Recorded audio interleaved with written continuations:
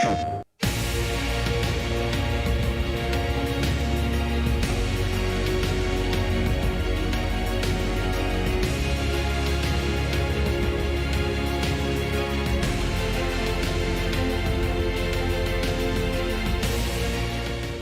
welcome once again to another pre-EVO warm-up round for Guilty Gear Strive. We've had some incredible brackets already. They kicked off with the Asia region, followed up with the EU region. Amazing stuff. And of course, we have arrived at my home, North America. And with me is a North American fighting game legend, Nerd Josh. How you doing, fam?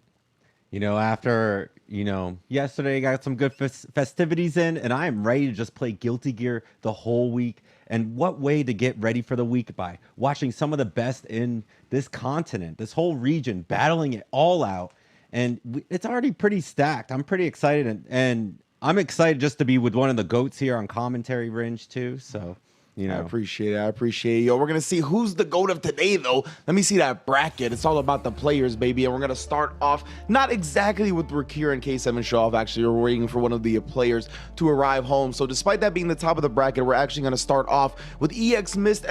I'm not really sure how he wants that pronounced, to be honest with you. Up against Animefreak, which should be a good one. We saw a little preview of their characters, and it will be high speed, to say the least. And then we're going to have Monib versus Janinhtown, which is definitely the match I'm looking forward to the most, because Monib is a very strong Zato player, and of course Janinhtown. We've seen Jan on these PlayStation events at the FGC Arcade doing work in Grand Blue. We've seen him doing work in Guilty Gear as well, so that should be a good one on that Potemkin. And then Testyourluck on that Fierce Nagoriyuki. We saw him, I believe, get second place at NAICFC this past week, and then Informedenigma to round it out should also be a good one. I'm not exactly sure who he plays, but we'll get to it when we get to it. You already know what the players will be playing for, however, is going to be that cashola, right? First place that $350, second place $200, all the way down through top 8 to make sure everybody gets a little something, you know. So if you make it here, you are going to get paid. And now if you do want to make it here, however, you can go to compete.playstation.com. That's where you're going to want to go to be involved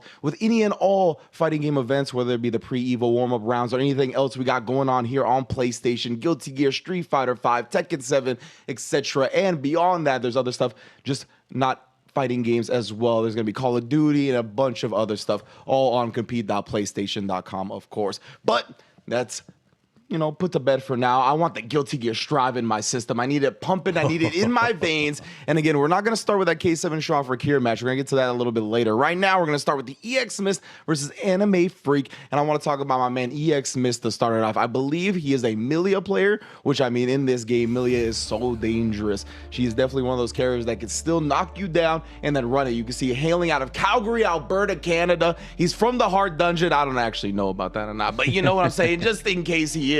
That's my type of lore, you know what I'm saying? Gonna be stretched by the Stu Hart. He's gonna have the fundamentals down, and he's gonna need them defensively because this character can explode with the best of them, right? She is a glass cannon, and I mean, to be fair, the opponent, well, we'll get to that in a second. And of course, I want to address this win rate first. 83%. Oh. That is quite high on the 29 matches, so you can see he's been running it, right? Yeah, he's been knocking them down, putting the disc on top of them, and making them guess. That's what Exmist likes to do. But his opponent also likes to make people guess, right? That Chip, another character that's highly mobile, but definitely can explode at any given moment, right, Nerd Josh?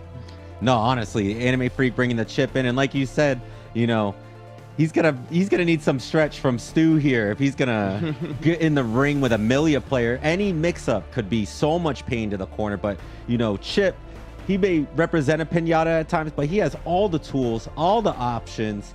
He can really bring it together in a match. He just can't be wrong too many times.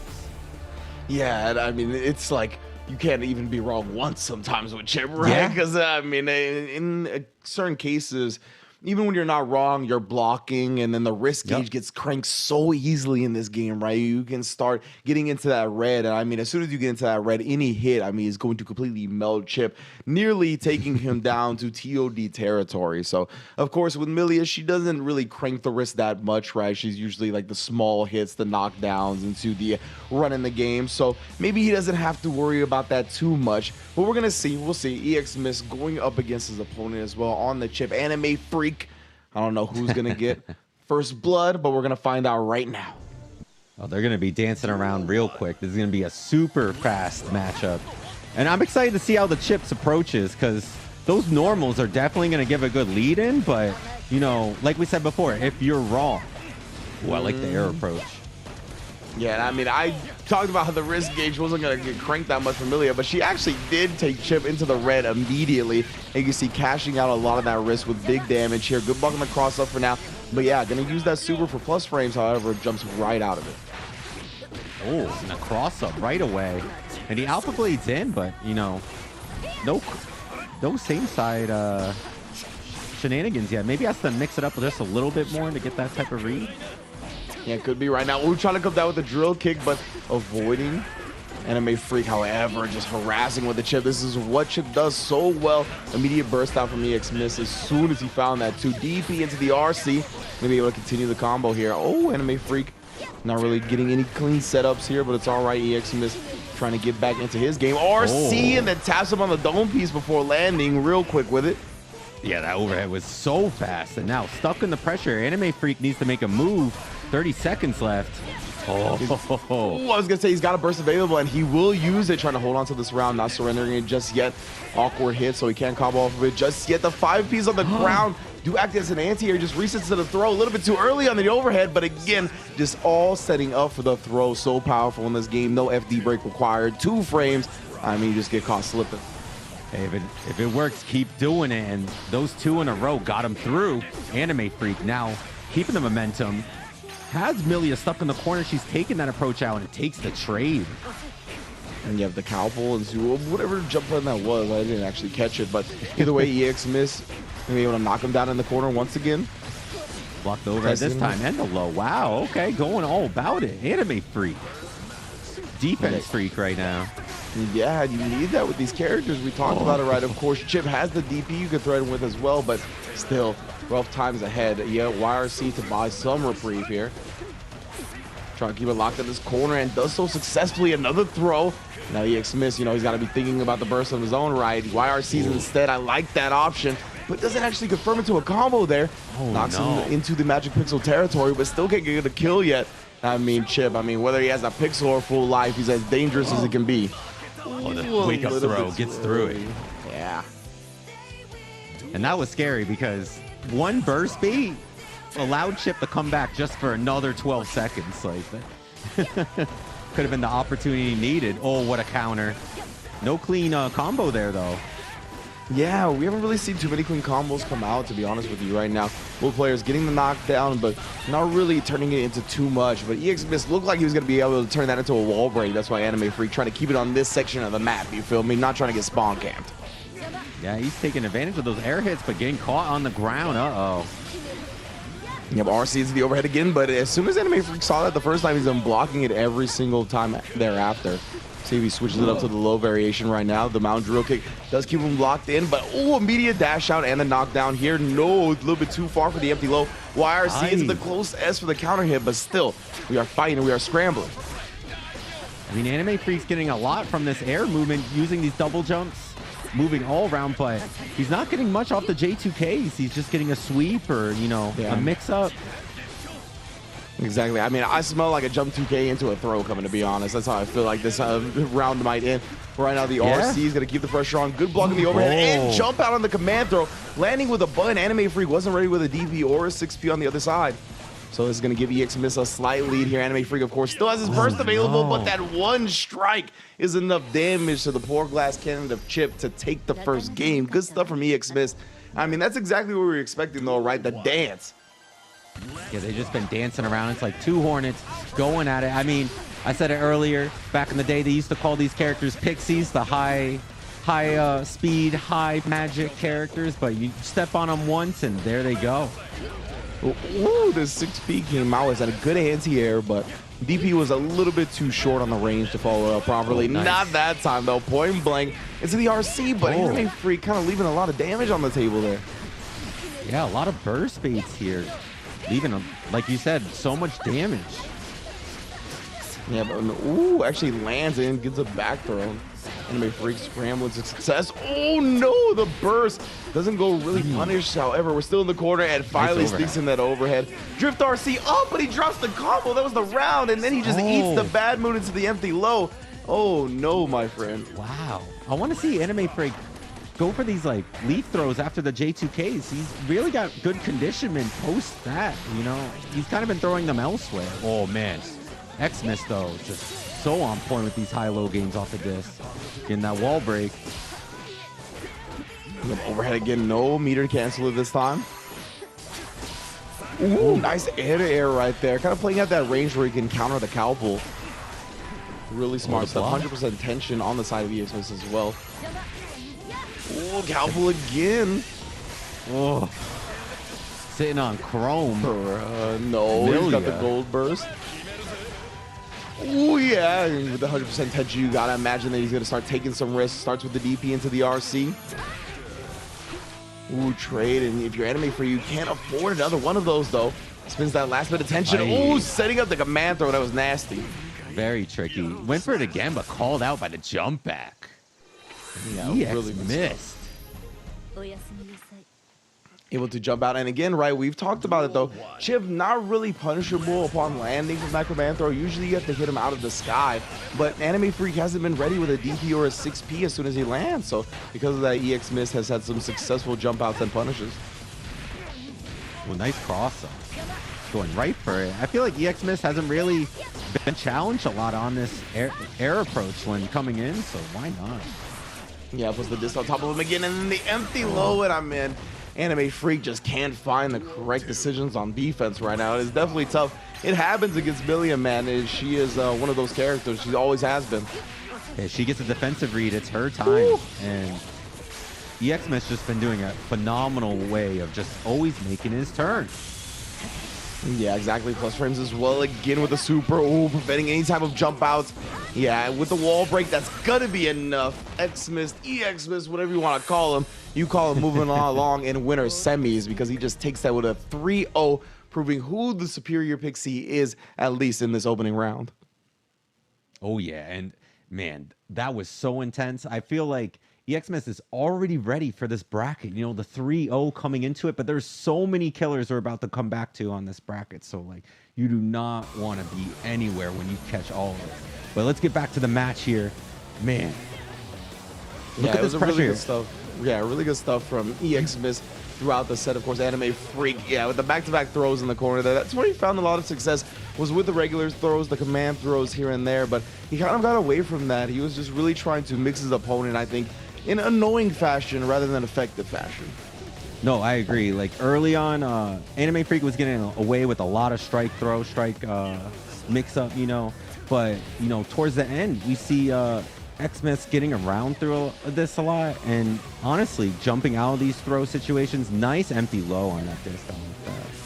And man, look at the chrome rose. You know, how many times did she hop off the rose and get that hit, you know? With Animefreak, who just wasn't ready for it. Yeah, Cowboy I think is a very strong tool for Millie, especially in a matchup like Chip, where he likes to be in the air as well. It's a great anti-air to air tool, as well as a great anti-air button. So we see Exmist going to be moving on again. He's going to be in one half of that upper bracket semis, awaiting the winner of Rakir and K7 Showoff. Again, we're waiting for one of the competitors to get home before we get that match going. So hopefully everything happens in a timely fashion and we can get that to you. But I believe next up, we're going to be dropping down to that Monib and Janinhtown. And then, of course, Testyourluck and Enigma are going to be rounding it out. But Monib versus Janinhtown is, again, the match I'm looking forward to the most here in the upper bracket of round one. Monib, part of the Zato brethren. You already know that's my husband, though, bro. Like, he holds my heart. But Janinhtown is also one of my favorite players. However, I do want to start with Monib, hailing from Toronto, Ontario, Canada. Ooh. Streams all the time as well. As you can see his Twitch right there. And he is a lab monster when it comes to Zato. Most Zato players are, but I really do like Monib's Zato most of the time, is because he tries to implement the real stuff, right? Like the gapless stuff. He doesn't try to just take advantage of people's lack of knowledge of the character and kind of just overwhelm them. A lot of the time he does have good stuff figured out, even for the best players that are trying to expose those gaps that Zato has. So I'm looking forward to what he brings to the table. Hopefully some nasty setups, hopefully some nice compact pressure. On the other side, Janinhtown is going to be weathering that storm right on Potemkin.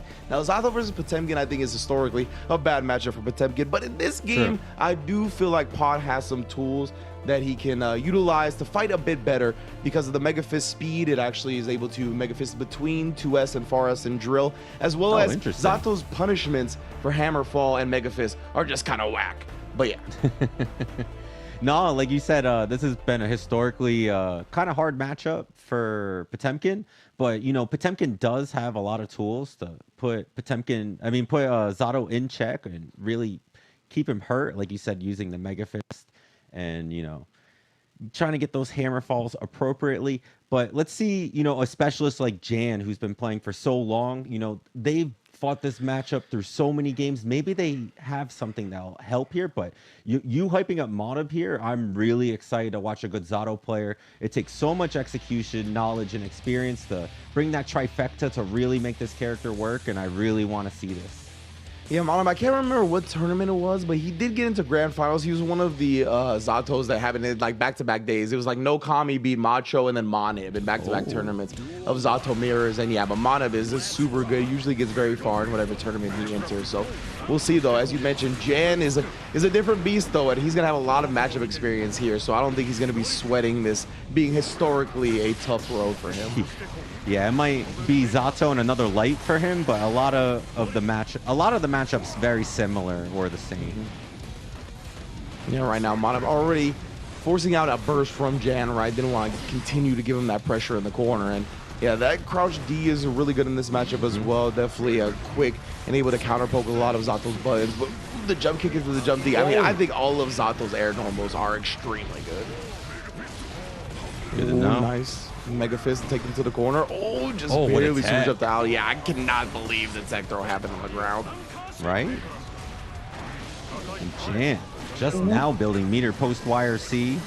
Gonna have to eat all this pressure. Yeah, and that's gonna stick to the wall. Oh, he tries to unsummon and get the 6H. 6H is the optimal ender right there, but he was too high for it. Oh, the Mega Fist, though, that's what we talked about, right? The 2S into the summon. You really got to go into frog or oppose, or else the Mega Fist is going to blow you up, and the Heat Knuckle for the ender. Just like that, somehow Jan gets the W in the first round. Yeah, the Hammerfall awareness. You know, the move is slower. I've heard some Potemkins complain it's not quite the same, but you can still use it in a lot of ways if you're looking ahead. And Jan, I saw that drill. Man, whoa, what a car throw. No, yeah. Anytime you block that jump H, it's so scary. Yeah, the PRC.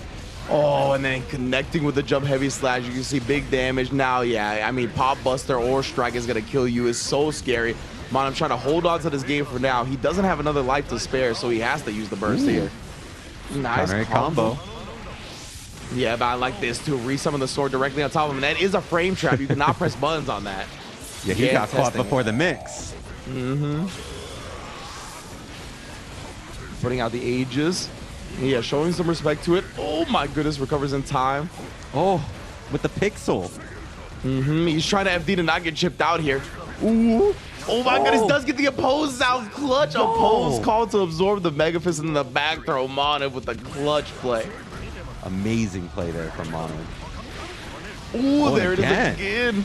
Oppose owning the Mega Fist. That is pretty much the counterplay to Mega Fist. If you could tell the Potemkin is happy to do that move, you gotta put the opposes out and punish him heavily. Aye. Ooh, that was nice. Yes, got out. His 6H out with the drills. He caught him low, but it was towards the end of the drills. Definitely gonna be a hard conversion. Oh, yes. Now, Jen, at this point, yeah, has to chase the Eddie down, but Monib got to bring the fight to him since he's got Eddie and the corner. Claps him up again. It's so hard, you know, on the corner here, spending the bar and gets that counter hit, the walk down. So intimidating. Yeah, just took the 6 feet counter hit hard knockdown and then went for a setup after. That was definitely very scary. Ooh. Manages to throw the close S before it becomes active. Backdash at the BRC. Oh no, as we talked about the drill getting exposed again by the Mega Fist. And the Pop Buster, is he dead? Oh, not just yet. What's the amount of pixel? He has the RC into the Heat Knuckle. And yeah, Monib not bursting in that moment right there ends up costing him the entire game. He did have that space you mentioned in between the Pop Buster and the Heat Knuckle to try to do it, but I don't know. Hey, this is somebody that's been dealing with this bad matchup for almost 14 years. So, you know, they're not going to wake up and be discouraged by the number of a matchup chart. They're going to play their best and use the tools and play the clock. And Jan just showed us that. Jan has consistently come out with a Mega Fist whenever he's seen Drill. Ooh, Oh. the heat knuckle. Of course, Yeah, he's not turned up the unblockable in the oven. air, but yeah, it catches Zato slipping sometimes because of the flight, right? So you're holding forward just on flight. So Or even if you throw like a preemptive air normal, it will Yeah. extend that throw range for him. You know, he will grab you. And of course, choosing to break the wall with Sun Boy because Amorphous is not going to come anywhere close to killing. So prioritizing having little Eddie meter for exactly this moment. Amorphous definitely going to kill this time. Kick the can for good luck. And man, he just converted that so nice. Man, this can kicks back though. You got to be careful. I know, it's true. You got to get them steel foot booties up. Yeah, for real. Oh no. The Hit my boys up Buster in New hit. York for a pair. Oh man, what a jump H. All right, well, you know, Monib had the lead in this game for about, what was that? About 18, 19 seconds there on the 80-second clock.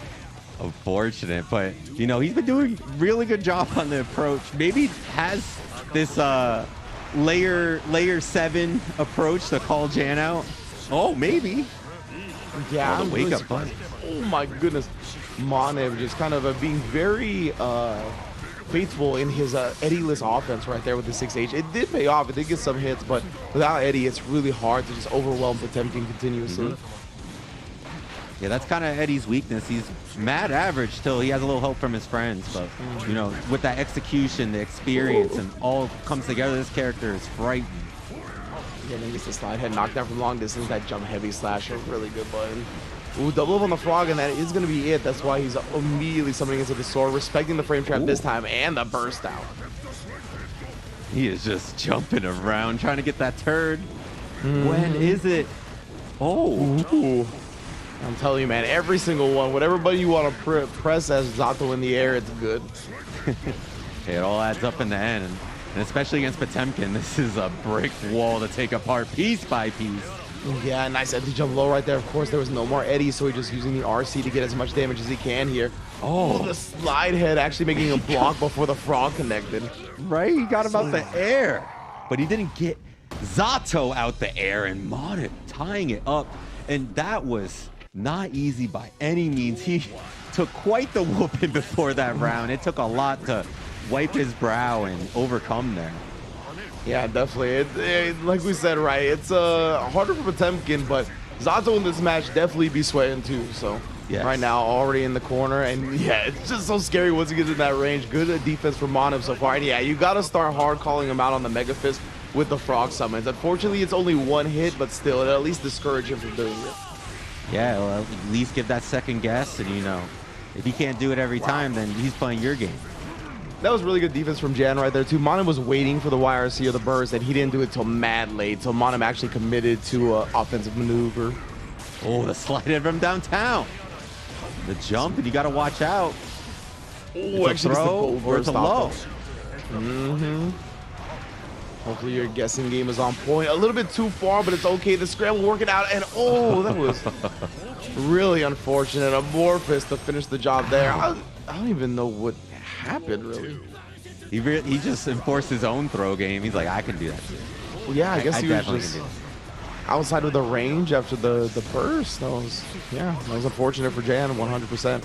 Now Monib riding this momentum all the way to the corner, though. Has little Eddie meter available again. Gets the counter hit, and yes, with the frog, that's going to be a full combo. Unsummons to keep it efficient as well. that. Wow. One opposed to throw. Is going to own the slide head. Yeah, Wow. put that away, fam. Like, I didn't have time to explain. Honestly, one opposed the throw, and he got all that damage opportunity and just started off with the super. Didn't even let Jan get started with the slide head. Yeah, I really love that Amorphous right after the stage transition. When you have a hefty life lead like that, it'll catch people off guard, and people really love doing things immediately after the stage transition. And Amorphous isn't invincible on startup, right? So you don't really use it as a reversal a lot in this game, but you can use it. It is plus on block, so just throw it out and catch people off guard. Ooh, nice. And we've seen a lot of 6H with Little Eddie out because you get a mix-up afterwards, as you guys saw Mana, but with the empty row there. Ooh, I love that. The 2S into the breaking the law to dodge the slide head. Ooh, right through the second hit, a punch. Wow, the jump K to combat the Mega Fist. This is really good stuff from Mana. Jan, though, slide head. He can start the game up. Oh, my JK. goodness. I thought he was going to air throw him. Instead, he's the one getting thrown damping in the corner. And all that meter's back. You have to deal with the frog here. Mr. Toad's wild ride. BRC's through and gets the cross up. Yeah, Monib. Oh, my God. The charge does, and you're dead. Monib went into a breaking the law setup at the corner right there to try to bait out a YRC from Jan, but he again did it so late that it ended up being a BRC and slowed Monib down. It actually happened right as he came out of breaking the law. That was like beautiful timing from Jan. Oh, the break the law got him right in. Yeah, break the wall. It's the 6H, the optimal wall break in there. Oh. Oh, the purple RC to force some mix-ups going with the Garuda impact as well. It's interesting stuff. Oh. Man, Opposed doing so much near the corner. Amorphous, we talked about that being plus on block, but didn't actually have any to make it happen. He does now. 2S into the frog summon. Oh, the overhead as the snakes came out. That was kind of nasty. And now, possible set point for Monib. Can Jan bring this all the way back for the big bodies? Ooh, well, this is a good start for sure. Already has him in the corner. Oh, and then blocked the burst just like that. Monib on life support. RC gonna be able to break the wall and finish the job. Just like that, you have half life. Nah, you got no life. Jan, 2-2. I mean, that really happened in the blink of an eye, bruh. Like, literally got the starter and, you know, just did not guess one throw. Yeah. Really unfortunate stuff for Monib, but that is the nature of the matchup, right? Eddie has so much neutral control, but as soon as that control slips away from you, it could be all coming crashing down. Great block on the burst there, and a clean punish as well. The damage. Yeah, Amorphous wall break in there because he has full any meter anyway, so might as well take the damage in there here. Ooh, I really love that. Utilizing this 6H heavily, it's a really good throw bait. It's a really good low crush move. Yeah, Monib has definitely been utilizing it better than I've seen most Zatos, including myself. Just jumping in there. Oh, I really like that just for the setup. That was sick. Yeah, the unsummoning the raw oppose just to make Jam block. And that corner opportunity here. This might exactly be what Monib needs. Oh, yeah. no. I'm not going to be able to kill just yet, but oh, yeah, overwhelming Jen in the corner right there. The jump kick and then just the dash down into the throw. Great stuff from Monib right there, taking it 3-2 in a thrilling set. Man, that was just intense. Jan was fighting so hard, but honestly, it just wasn't enough. And, you know, as we brought the matchup up, you know, I felt like Jan kind of was like disregarding whatever we said at first. He was making it look easy, but, you know, time after time and after all the information and cards were unveiled on the table, Monib just getting that flush and cashing out in the end. Yeah, it was a really good stuff from Monib we saw here in the early rounds. Just kind of making sure he brought Jan to the corner, and yeah, that's when Jan didn't realize that it is indeed a frame trap. When you go from the Sun Void directly into the drills like that, you can't press the button. So that was an exposure that we didn't see Jan get hit by again, but still, just because you survive that doesn't mean Eddie's turn is over, right? That's why the character is so powerful. Really good heat knuckle right here. We saw this when Monib tried to approach with a flight, again exposing himself because of that. From downtown. Ooh, that was a clean counter hit conversion as well. The 2S providing enough hit stun to get the frog from long distance. Thanks for being a big body Potemkin. Yo, that BRC opportunity here into the dust, though. Jan really brought it back to that final game with that, but man, Monib just so oppressive. Just had the right read, and especially on this last round, I like using that unsummon to get that corner approach and clean up. So smart. Yeah, definitely. And then right there, catching his opponent off guard, right? Just tapping him on the dome piece real quick and then getting in there with a throw. Well done from Monib. He's going to be moving on to the upper bracket semis to await the winner of our next match. As you can see, Animefreak and Jam both dropping down to the lower bracket. We'll get the updates on their matches as the tournament progresses, of course. But next up, indeed, is going to be Testyourluck versus Informedenigma. And again, Testyourluck has that Nagori Yuki on deck right? We've seen him at ICFC, got second place to Punk, I believe, at the latest NA version of the tournament. So yeah, I mean, I'm looking forward to it. It's one of my favorite characters to watch, of course, as well. I'm not as familiar with Informedenigma, but you know, that's one of the beautiful things about these PlayStation tournaments. And just in general, Guilty Gear Strive has brought a lot of new blood in, right? Maybe some carrier or some players that have played only 1 or 2 fighting games beforehand, or maybe this is their first one. And Testyourluck, you can see 24 years old, definitely a young buck out of Montreal, Quebec, Canada, and has been holding it down from Montreal, right? He's been doing work, I believe, not just in this game, but in general in fighting games out of the Montreal scene. But yeah, that Nagoriyuki is dangerous, bro. Super dangerous. You know, took out SQ as well. Very strong contender here. MTL, they'll be chanting all the fellows back home. But, you know, Informedenigma might be, we might be uninformed on the experience here. They might actually come up, but you know, this 78% win rate, you know, this kind of character kind of has to take those opportunities. You will guess wrong with this character at times, but when Testyourluck tests that luck and you see it coming out, you know, we've already seen some of the players they've been able to take out in the past couple weeks. So. Bruh. Are we really gonna get? Yeah, Nagoriyuki Mirror, Informedenigma out of Sacramento, California, West Coast, in the building. Indeed, at 19 years old, goodness, I call the 24-year-old a young buck, but this man, not even hitting his 20s yet, can't even drink in the States. Well, man could definitely drink some blood. He's going to be looking for that command grab to try to start going ham. That's what Nagoriyuki does, man, especially when he gets that blood drain. That's when the 214H go burr, and it's just like overwhelming offense from the character. Yeah, I was going to say so many contenders here. There's so many sharks, but maybe the sharks won't even get it. Maybe the vampires here are going to be the ones going to get the blood first. So I have no idea. This is a mirror that is super intense. And as certain players like Tess, Hotashi, and etc. have been showing the potential of this character, I'm just seeing more and more Nagoriyukis and Celestial every day now. So who knows? This character was kind of downplayed a little bit in the early betas, but now... we're seeing this character do a lot of damage and kind of bring that coin flip out into their advantage.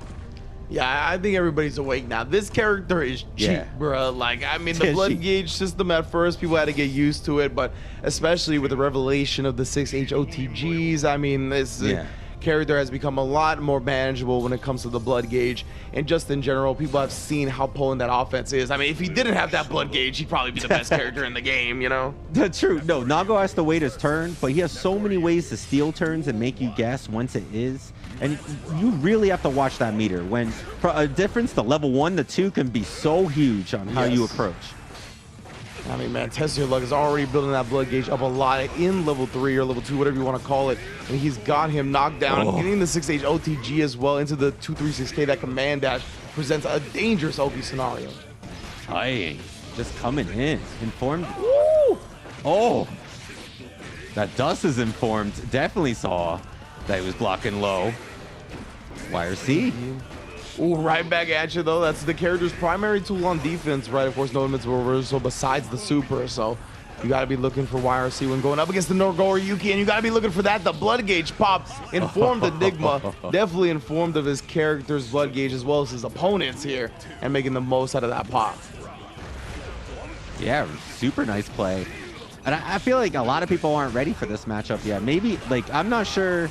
You know, a lot of people are afraid of Nago.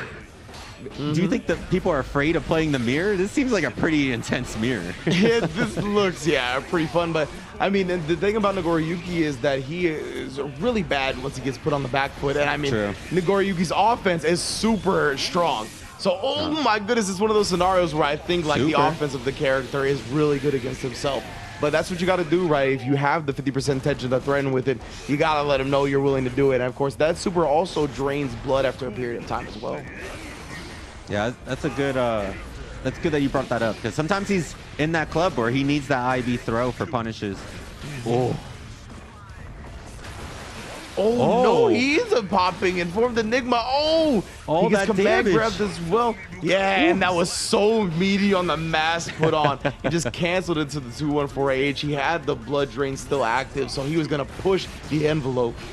Yeah, unfortunate with the lack of tension there. Had to get chipped out, but putting the pressure back on, he does not want to be in the opportunity again.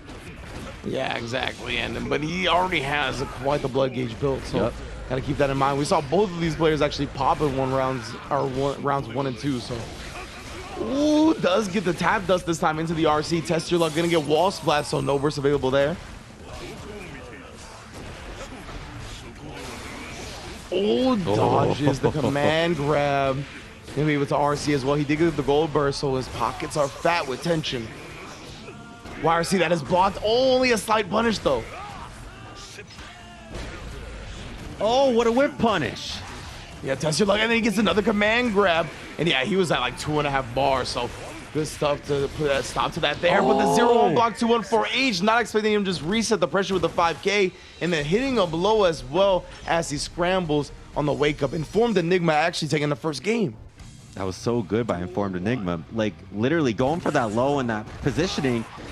Test just thought the bite was coming, got clipped. Indeed, and we already are back at the corner. Ooh, the delayed 2-1-4H that time. Oh, no. Oh, Canada, Testyourluck. I know you're representing Montreal, bruh, but don't do it with the burst, fam. Wall splat into the command dash, wall break. My goodness, Informedenigma here. Right? He's trying to send real him, good. He's trying to send him to some smokes poutine early. He's like, nah, I got you, bro. Get some extra meat for me. Oh, nice counter. Oh, the charge does so much damage. No burst available to prevent this as well, man. Even with the most effective health in the game, this man, Nagoriyuki, is feeling the pain. Does block the tap dust this time, but you're still not out of the offense. He got a bite off, so he's just going ham, pushing it. The 2S this time, and I mean, that second game was over before it even began, it felt like. 2-0. Yeah, Inform's just doing so well at this approach. You know, I really like Test's whiff punishment and all that, but Inform's just been doing great at just pressing the moment and forcing Test to guess more. Ooh, and there it is what a again, 2S. another clean whiff punish, yeah, from Informedenigma. And again, resetting that pressure with a 5K has worked out really well after the 2-1-4H. This time, Testyourluck instead trying to reset his own pressure, draining some of that blood with the big normals, utilizing it again with the command dash, staying in. He's actually gonna pop after this. Yeah, I mean, this man is dead, bro. Yeah, into the super as well. Good stuff from Informedenigma. Again, knowing when the blood drain was gonna pop, but I didn't expect it to actually go down like this. I didn't realize that he wasn't gonna drain the blood during the cinematic. But all right, tap dust will finish the job. So that's actually bad, huh? I didn't realize that you shouldn't go into a super when the blood drain happens. That's interesting. You at least had to wait for it, you know? Yeah, exactly. Ooh, does jump out of the command grab. Huge defensive choice from Informedenigma right there. And then again, these delays on the 2-1-4H, the Beyblade have been destroying Testyourluck. Trying to end this early. The Sacktown legend. Let it rip, brother. The young Sacktown legend. Oh, does actually clip him with the last end of that string right there. Wasn't expecting him to commit to it. Oh, what a bite. Cutting it short and then getting the command grab. Yeah, I cannot believe he just didn't start going with the 2-1-4H's. Playing it a little bit more safe. The blood is popped. This is Test's last chance. Literally can get chipped out here. Ooh. The Beyblade. Now we got a quick burst out and a beautiful air-to-air. Was that the jump kick? I'm not sure. Either way, Informedenigma jump kick and Testyourluck to the lower bracket as he moves along in the winner's side. Yo, that was just so good, Rinch. Yeah. Like, Informedenigma just came in so strong.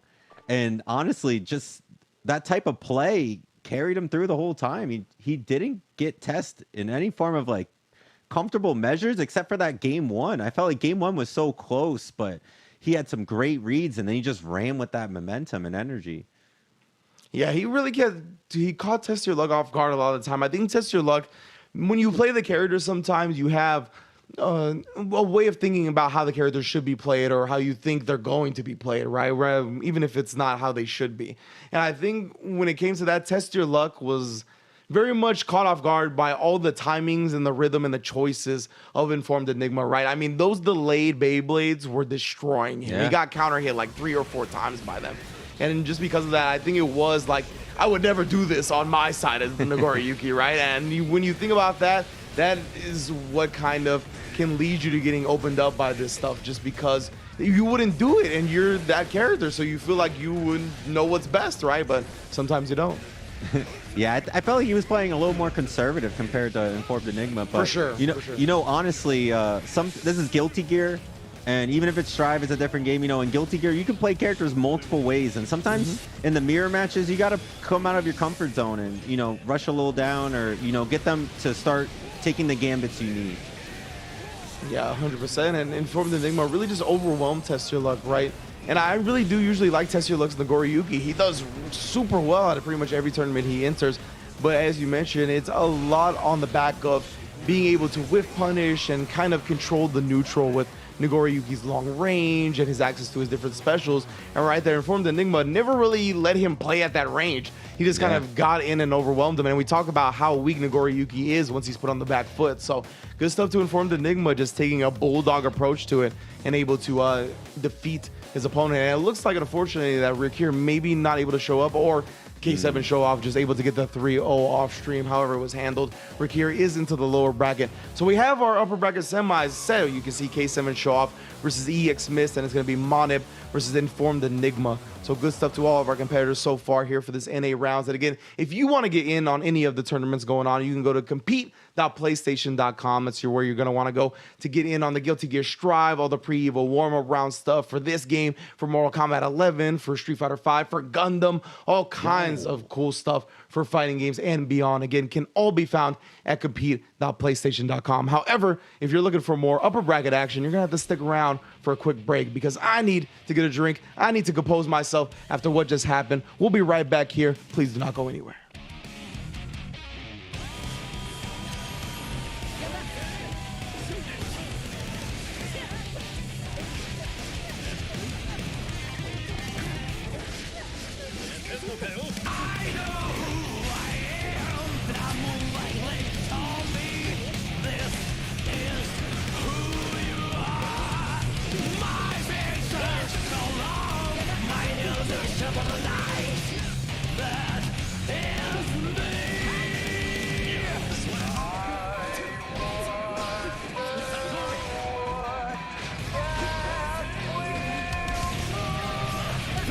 Bullshit blazing, still my heart is blazing.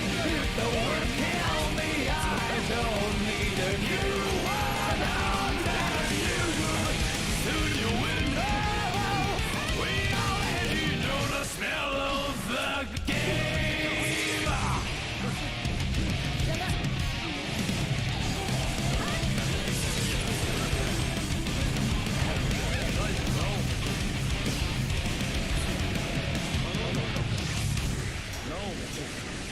Do you know who you are when you see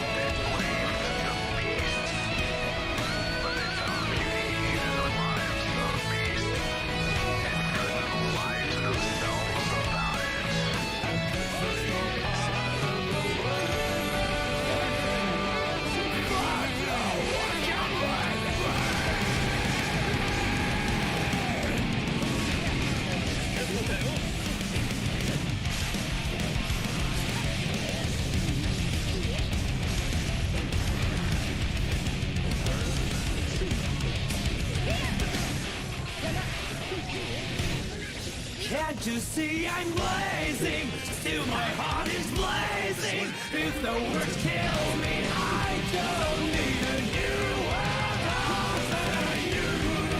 My time is my word.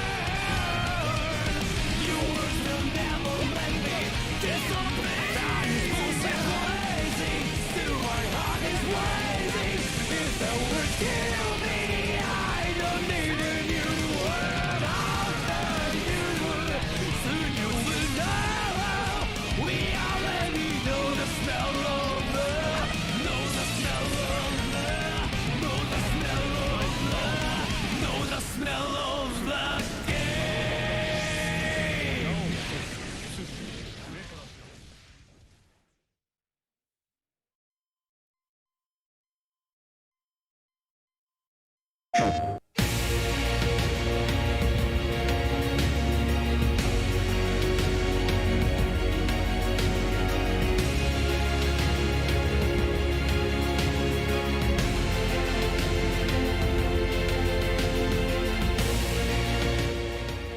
What is good, everybody? We are back with the NA Guilty Gear Strive PlayStation Tournaments EVO warm-up. I'm here with the GOAT of commentary, Ringe, and we are here to bring you through this upper bracket winner semis action. Ringe, how you doing? I'm doing pretty dang well, man. I've been having a day full of Guilty Gear from the wee hours of the morning, starting in Asia. Now we're going to end with the NA, of course, EU sandwich between with a phenomenal bracket as well. But as you mentioned, we are here at the upper bracket semis. We're going to start with that K7 Showoff, who has been showing off these Strive skills since the launch of the game, getting top 3 placings and multiple online tournaments. A staple of the PlayStation tournaments, not only in Guilty Gear Strive, but in MK11 as well. He's going to be going up against Exmist, who we saw had a very dangerous Milia. And then the other side of that, we got Monib and Informedenigma. Of course, in the lower bracket, we're going to have Animefreak versus Rakir, who could not make it in that first upper bracket match, but hopefully can make it for his opening round in the lower bracket. And then on the other side is Testyourluck versus Janinhtown. I cannot believe that is honestly a first round lower bracket match in this top 8, but one of them is going to be going home in with only the $50 to the name, and I expected both of those guys to be around the top 3, to be honest with you. Honestly, they've been in a lot of top 3s in the past couple weeks, but you know, that's how heavy the competition is. You know, the cream of the crop is here, and sometimes it flows to the side when it's just top 8 here. And you know, I'm actually excited to see both these Nagaryukis. How are they gonna affect these matchups that are gonna be coming up? But you know, K7 Showoff with Exmist. I don't know. Like, that Milia action is pretty strong. Leo has all the options to kind of, you know, fight back, but once he's down, can she keep him down? That's what I want to know. So you in the chat, y'all should get in on this poll. Honestly, that NRS mix-up's pretty strong. I don't know. Yeah, man. I mean, K7 has been super impressive to me. I think he's been one of the best players that I've seen in Guilty Gear Strive, to be quite honest with you. He's always got the Leo execution on point, able to convert into the wall bounce combo consistently, almost off any hit. But beyond that, I think he is... how do I put this? His balance between flash kicking and not flash kicking is very interesting to me. Like, he doesn't abuse it too much, but he's never afraid to let it rip. And of course, that's the balance. That's the fine line you always want to walk as a Leo, right? Is to do it enough to put the fear in your opponent's heart, but not do it enough to get you recklessly killed. And that's like, we'll see what type of line or how he walks it here today. But he's good at utilizing all of Leo's tools, honestly. The back turn, the plus frames out of the stance cancel from H. He's really good at using the guard point stance, the fireballs. I have a lot of confidence in him in this matchup, but of course, Exmist as well. One knockdown, and you might not get to play again. True. Yo, honestly, I'm glad you brought that up though earlier. Like, ooh, he is so good at instilling that flash kick game that you're forced to play it. And here it is already. He's not one of those Leos that's just gonna wait till he has 50 meters to do a flash kick. Like, he is going to do it and risk it for the biscuit almost every time. No, the way you said it, you know, you were trying not to say he's random, and I don't think he's random either, but he will let you know that it will be coming eventually. And wow, starting it off with that fireball, not letting her get off.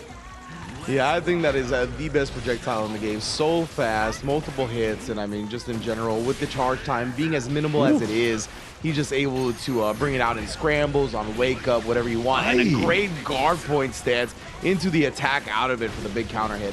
Already just walking up on her with a back, pardon my back, as Yipes would say, gets her low into the Liger Bomb. Oh my goodness, one hit away from death, and he's gonna RC to make sure that happens. Yeah, that glass is broken. Showoff. Living up to the name once again. Quick finish, going up 1. Yeah, and that glass that was broken, you ain't even talking about the wall. You're talking about Milia, right? That is the glass cannon, and she was shattered by the Leo, the second king. My Greek fans screaming Opa right now. Hype for that glass broken. K7, one of my favorite parts about K7 is the jab anti-air conversions. He is actually so sick with it. We'll get the low start, but no, flash kick right out in the cross up. Oh, which way did he go? My goodness, the hesitation, ankle breakage. K7 gonna put this man in a cast, looking Just like Kevin Nash, for that bro. dance. Be able to get the hard knockdown on the hair car though. Ooh, does catch him slipping, and yeah, of course the flash kick was coming out, but he had the RC this time. Gonna wait for it, jumps out of the berserker slash setup, puts the disc on top of him to make him guess. Good RC back, but just back enough to not get the conversion. Air to air, block the flash kick. No punish, but gets that overhead. The slow comeback to the break, still not done yet. Okay, K7 not gonna blitz it this time, but again, just a dash back into the S fireball, bro. It is so fast. Unfortunate. And the There it is heartbreaker again, there. bro. The 5P anti-airs into the conversion. It's so sick. K7 is on point. Ooh, this time the back turn jab, and he converts off that as well. Guard break into the hard knockdown, 18 frame overhead. My man's just getting lost in the sauce right now. 6P anti-air, drifts forward. Which way is he gonna go? Oh my goodness, finally gets clipped by the 5K into the Liger Bomb. Perfecto. He is just too on point here. Like the immaculate rush down here, he is just getting all the highs, all the lows, all the throws, and he is nailing a majority of these juggles that come with it. This man K7 off to the races to start this for sure. Gonna be interrupted there, but the flash kick doesn't care what side you're on. Again.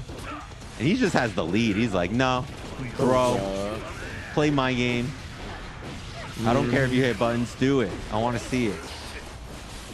Yeah, and Exmist finally just had enough. Wants to burst out and actually gets the side switch as well. K7 though still letting the flash kicks rip. That's 3 flash kicks successfully this round. Exmist not baiting him out, and he's gonna make him pay for it. Ooh, caught her low. I like that a lot. K7 exposing the ankles after exposing the dome time after time, right? Conditioning his opponent. And just like that, on a winner's finals point. Flash kick back. And the throw. The Exmist has had enough, but the throw back. This man K7 just broke up micro dash throw. Long distance on that anti-air. Are you serious? I didn't know it had range like that, and great awareness from K7. Real optimal right there with that ender, because he could have done the super to OTG and get the wall break, but he knew he was close enough, and he knew the health of the wall. One more H was gonna wall splatter for that optimal damage, and I mean 3-0 just in dominant fashion from K7, but that's what I expected, man. I said I had a lot of confidence coming into it for that match, and he showed me why. I know, honestly, we've seen him in the brackets time and time again, going against all of them. And we saw him go the distance with Lord Knight. So you know he would be prepared for a matchup like this, even with what Exmist had in the pocket. But man, like you said, the Liger Bomb brought it with the fast RC, ending it there. Wow. Yeah, that was so good, man. K7, he's just running rampant, and Exmist, like, he could never really find the baits that he needed on the flash kicks.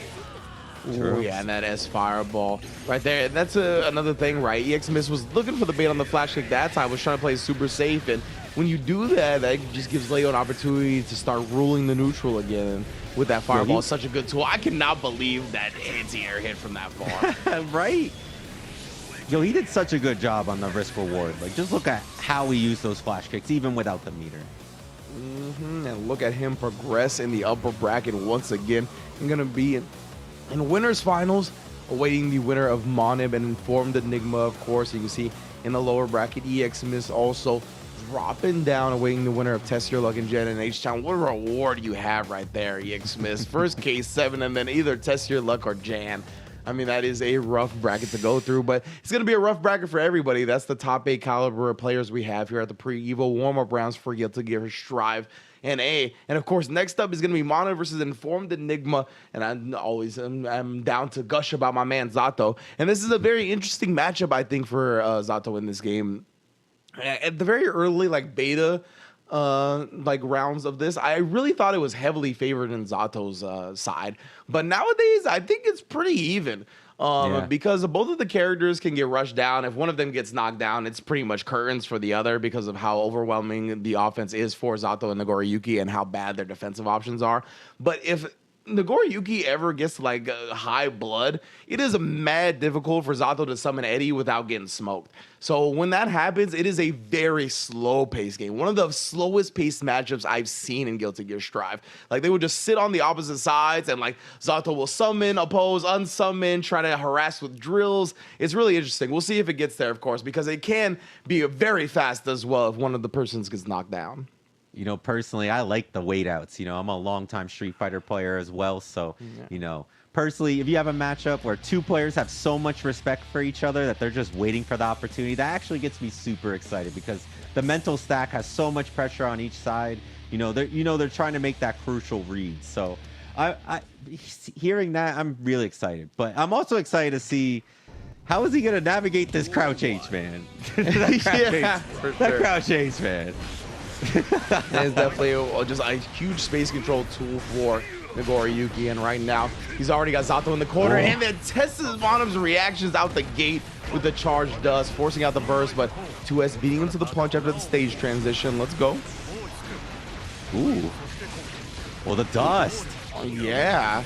Left some gaps there, a little bit weird when it came to the pressure, but still got the dust at the end and had the frog available for the big conversion. That's exactly what he needed. But yeah, I'm telling you, man, Informedenigma gets in, cracks his dome open as well. When Nagoriyuki gets this high blood like this, it's going to be hard for Mon to get things going. But with the drain, it should be easier, actually. Nice jump out of the throw. Not a lot of life here, though. There we go. There we go. I like it a lot right there. Going to be able to crack him open with that 5K. Yeah, that 5K, 6K post spin. He has good advantage after the spin. And Zato is a slower character. He's going to have to be a little crafty.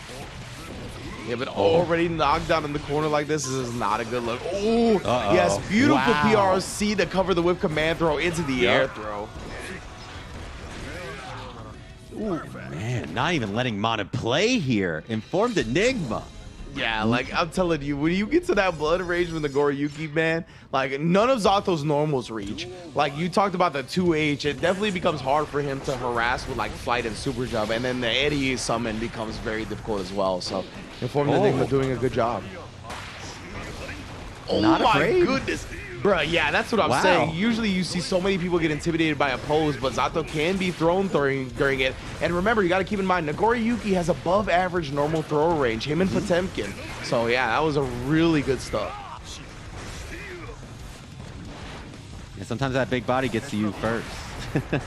Yeah, exactly, and that's really important on the opposed type things, right? Where you figure somebody's gonna come up and throw you, and instead Informedenigma the one to land the command throw to end it. Oh, he is just on fire here. And Monib just going for the speed demon route. Don't even let him play. And yeah, bursting for the momentum. I get it. Oh, catches him low, but just real quick, Monib seeing him trying to creep too close. There's a couple of 2Ps out there, buys him some space for now, gets the counter hit on the 2S. It's a knockdown. There you see, using the drills to harass, nice on summons, putting the oppose up by my man YRC, and still made his way in. Oh, jump in. Oh, coming in, wow. Oh, here comes Frog. Yep, that's going to be it for the Eddie meter, though. Use it on the drills. Does get the RC off that 100% tension. Amorphous does enough damage. Well done. I was a little bit concerned. Nagoriyuki got a whole lot of guts, but still not enough to keep him alive. Ooh, yeah, the 214H go burn. Really good at catching the startup of a pose right there. Oh, and then the 2H you talked about it. My goodness, melting his life away. Even the command dash to get the super full cinematic. I mean, he's dead. With the super damage and the wall break, smoke. Throw his hand style on that. And while I did say that, I wasn't even inferring to level 2. He had the level 2 Blood Rage one. The hitbox on that is even better. So, you know, we talked about it earlier in the tournament set. If you're just coming in, gotta watch out for that leveled up Nago.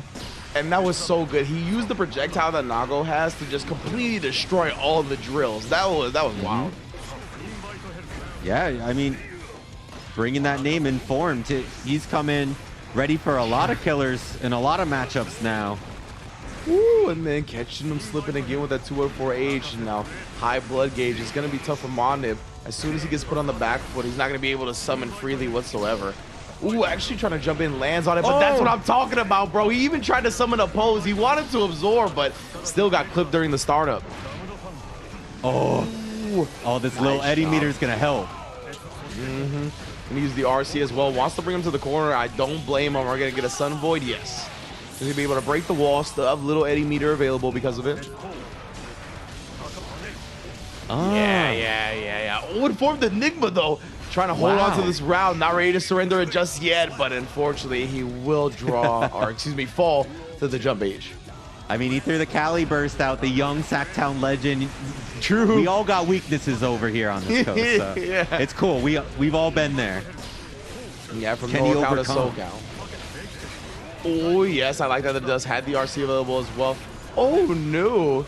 Tried, okay, some interesting pressure in the corner there after the wall splat, but ended up getting a wall break successfully. Trade. Yeah, his blood gauge is going to be increasing tenfold. He did manage to slow it down a bit with a couple of those strikes towards the end. No more little Eddie gauge and the YRC. Backdash blue RC. We've seen that a couple of times from Monib just to get out, buy some time for little Eddie to come back. That's a really good. I think backdash BRC is really good. Like, we're going to see that a lot more as this game develops. Yeah, 100%. Definitely. The opponent chases you down, they get slowed. But really good punish right there on the Blood Rage prop from Monib. Damn thing is one of the ideal punishes in the entire game for that. It actually lasts the entire duration of the blood drain, so it does increase damage, and as soon as he comes out of it, he has to put the mask back on. So unfortunate. But for Monib, he's going to need that one. Oh, starting up. And Informedenigma, he's at that range where Nagoriyuki wants to be in this matchup. You can see, oh, I can't believe that 2H didn't clip. Respecting the oppose there. And he's doing a good job of getting opposed to come out, but just blocking and not getting tangled up. Oh, the crouch heavy. And yeah, he's going to swing, but you can see with that distance, he doesn't put himself at danger when he swings on oppose, but that is very dangerous. The YRC gets blocked, counter hit punish as well. PRC, so he lands on that. And then the RC to combo off the dust yet again. Very nice, very nice. Even unsummoning mid-combo. He knew he was going to wall splat. Now he has the full Eddie meter available here. That's why he's going straight into it. Ooh, try to nullify the projectiles with his own, but the blood rage pop is there. I love that. Piloting the Zato right there, using the flight, smooth landing into the throw punish. Yeah, Monib getting a better approach here. It's the second time he's been able to do that in the last 2 games, so maybe he has a good read now. Yeah, good stuff from Informedenigma, seeing the opposing jumping out. Not swinging on the way down too. That's a lot of, or a mistake a lot of players make is they'll jump out of the throw when they see the opposed, but then swing on the come down and then get smoked by the snakes. Sure. Ooh, nice air throw right there. 6H OTG as well. YRC grabs some reprieve for a second and a great BTL to actually avoid his YRC. Oh yeah, but he didn't actually combo with the frog a little bit too late on the release. Working now, Monib wants to control this space here because even though Informedenigma has the 2 bars, if he has him in the corner, it kind of nullifies that rage, but he doesn't have him in the corner anymore. In fact, he's in the corner. A beautiful air throw again, reading the fact that he was going to jump out of that attempt. My goodness, Informedenigma now on set point.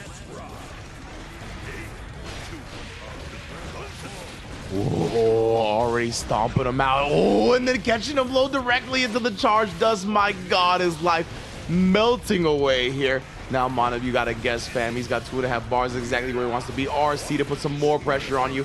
Even spinning the 214H to put him in a 0-frame scenario, and we talked about it. Longer throw range than normal.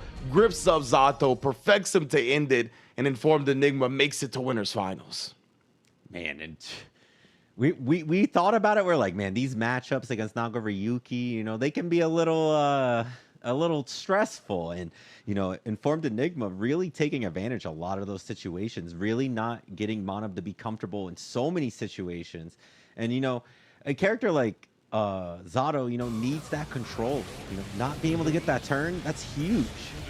Yeah, exactly right. He needs at least a moment of time to start setting up his game, and that's why I think Nagoriyuki can give him some trouble, is because he can overwhelm him in a multitude of ways. If he gets that first knockdown, his offense is extremely potent. It's very hard to get out of. And then if he does get that blood gauge going, I mean, in the neutral, it's not easy to set up shop either. And we saw Informedenigma do a great job of not really giving Monib many free summons once he did get the high blood gauge, right? Really controlling with that 5H, the 2H, pretty much the heavy slash normals always being a huge issue. And Monib played super well, right? Like I said, he's a very good Zato player, but sometimes the opponent just has a better day. No, that's true. Oh, what an air throw. Yeah, and the air throws, that was like the biggest adjustment, I think, from Informedenigma was, oh my goodness, what a test right here. And we're going to see another air throw, I believe, to end this very soon. And he was just coming out, like, he made the adjustments, right? Monib knew that he was going to be coming for the command throw a lot of the time. Oh, that was just the regular throw to end it, that's right. But once he gets that blood gauge and operates at that high level, they're thinking about the command throw to start draining it, right? And because of that, my man Informedenigma just started RCing and going for the air throw instead. A beautiful adjustment, and Monib going to be dropping to the lower bracket. Janinhtown able to defeat Testyourluck 3-1. So man, Exmist, I mean, good luck, brother. That Milia up against the Potemkin, she could obviously overwhelm him, but she wants to be close. And I mean, Potemkin wants you to be close. That's going to be tough. But definitely good stuff to all of our competitors so far. Again, if you want to be part of the competition, you can go to compete.playstation.com to get in on the Guilty Gear Strive, the Street Fighter 5, the Tekken 7, the Mortal Kombat 11, the Gundam, the Call of Duty, everything you could possibly want to get involved in regarding PlayStation and competitive video games. You can all find at that website. And just in general, a bunch of cool videos about the talent, in-depth analysis regarding the games, and just in general, all kinds of wonderful things over in the competitive video game sphere. But until then, we're going to take a quick break here on PlayStation and EVO. We'll be right back with more Guilty Gear Strive. Please do not go anywhere.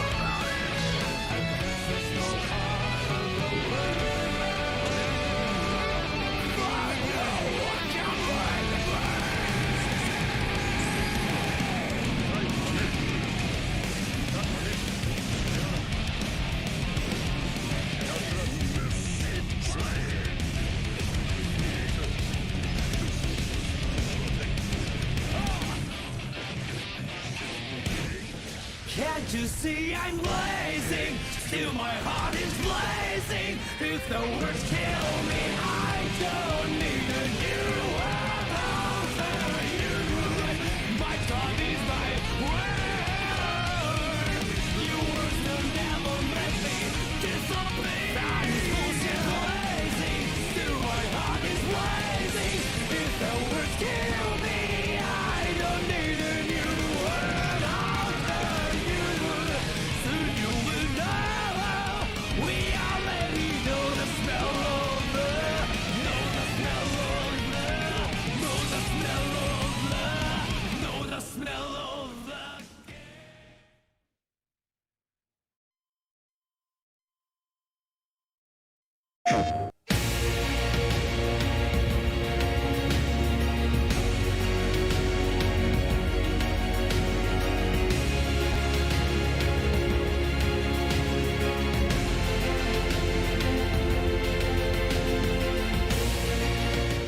Welcome back once again to the pre-EVO warm-up rounds for Guilty Gear Strive. Of course, the NA branch has been going down hot and heavy.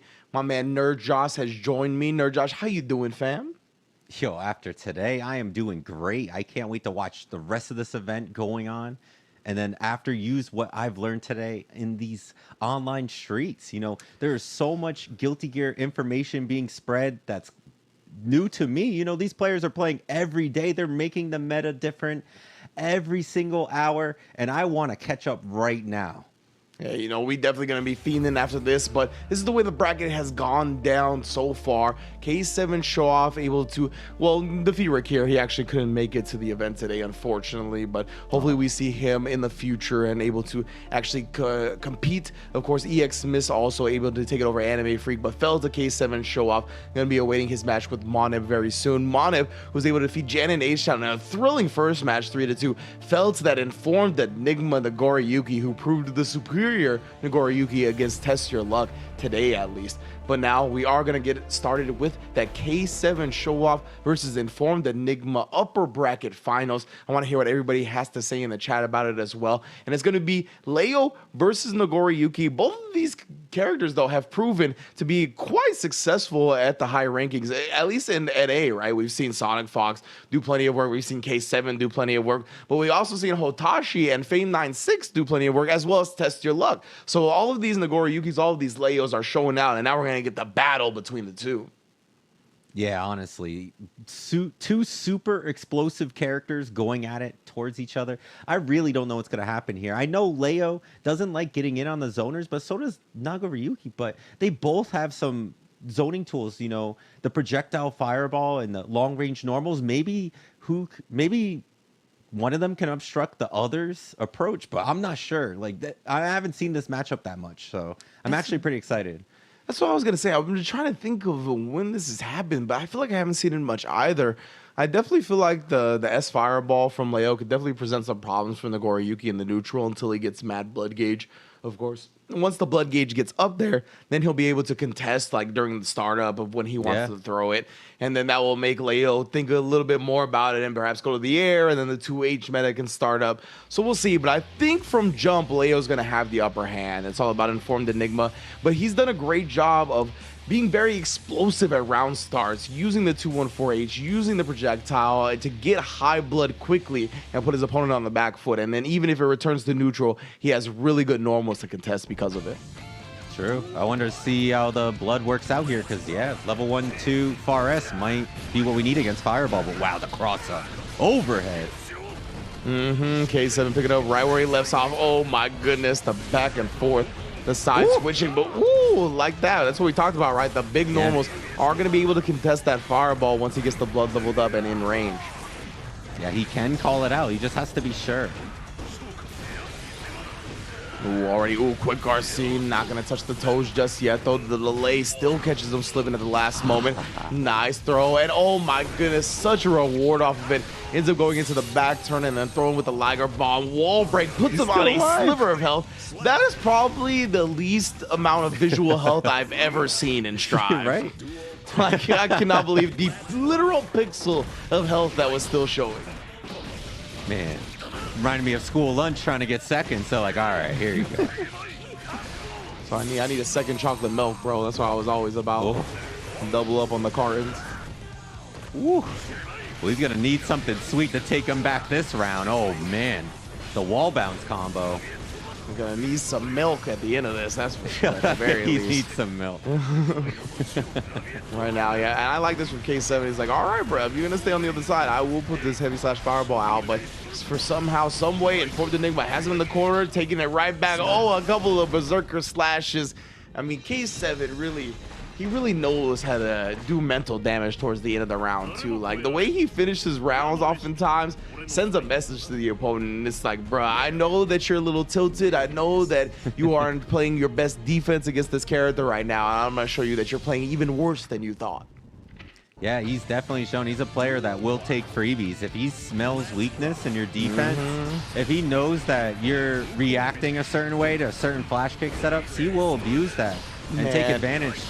And just as you said, the flash kick setup, right, is the classic Leo flash kick setup, the 2D on block into it. And Informedenigma wasn't looking forward to start it off. Does get the corner, though. We talked about the increased throw range. Ooh, back dash out of range. Yeah, right. That was just out of range of that.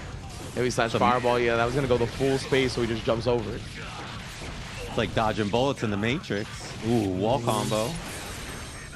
Yeah, right there, I believe if you end the wall splat with that last hit of the S sequence, you cannot get the 6H wall break, so that's why he just went with another far S. Oh. The RC. Yeah, he waited for a second there. You saw that's why he waited a moment before that headbutt. Good disciplined bursting from Informedenigma. Oh no, he didn't get the throw still. I thought the BRC to slow him down was going to make the throw super easy, but unfortunately for him, K7, he just got that protagonist power, apparently, the top player privilege. Yeah, that heavy slash fireball paying off, but the break no. Yeah, he just had to let him know he was all pent up, and at the unfortunate time, cleaned up. Yeah, I didn't even realize Informedenigma was going to pop right there. I guess he bet that last bit, hoping that the 6H would prevent him from popping, but it did not. The throw. And the overhead. Oh, wow. Yeah, K7, oh my goodness, another overhead. Going to be able to break the wall with a super as well. There's going to be plus frames on the stage transition. Informedenigma does have the super. Oh, instant block into the YRC and the charge dust. All right, wait a minute. How many of these dusts have hit today? Wow, Enigma. Yeah, he is testing his opponents and they are failing, but K7 now is like, bro, don't test me twice. Gets it with the flash kick. Now, of course, the burst is still available, but Good block. one strike might be it. And yeah, when one strike is enough damage, you don't even get the opportunity to burst. 2-0 already for K7. Yeah, that double meat cross-up. You know, he was too hungry. He wanted to go home right then and take that win. Ooh, and my favorite winning quote: "Only two things in this world are insurmountable: a mother's recipe and my genius." The little characters in Guilty Gear feel themselves as much as Leo, and that's a statement because most Guilty Gear characters feel themselves. Yeah, it was really good. Using the Nagoriyuki projectile again kind of clashes with one hit and then nullifies the second or something like that. It looks a little funky, but it is really good at clearing the screen of projectiles. It's an anti-projectile projectile. Ooh, yeah, good command grab because he was definitely gonna pop if he didn't get that command grab in there. Good. I feel like I saw a frame of flash kick in there. I mean, you know, it's probably subconscious, but yeah, I mean, could be right. Of course, it could have gotten thrown. Obviously, it's susceptible to getting thrown. Try to send a dust message.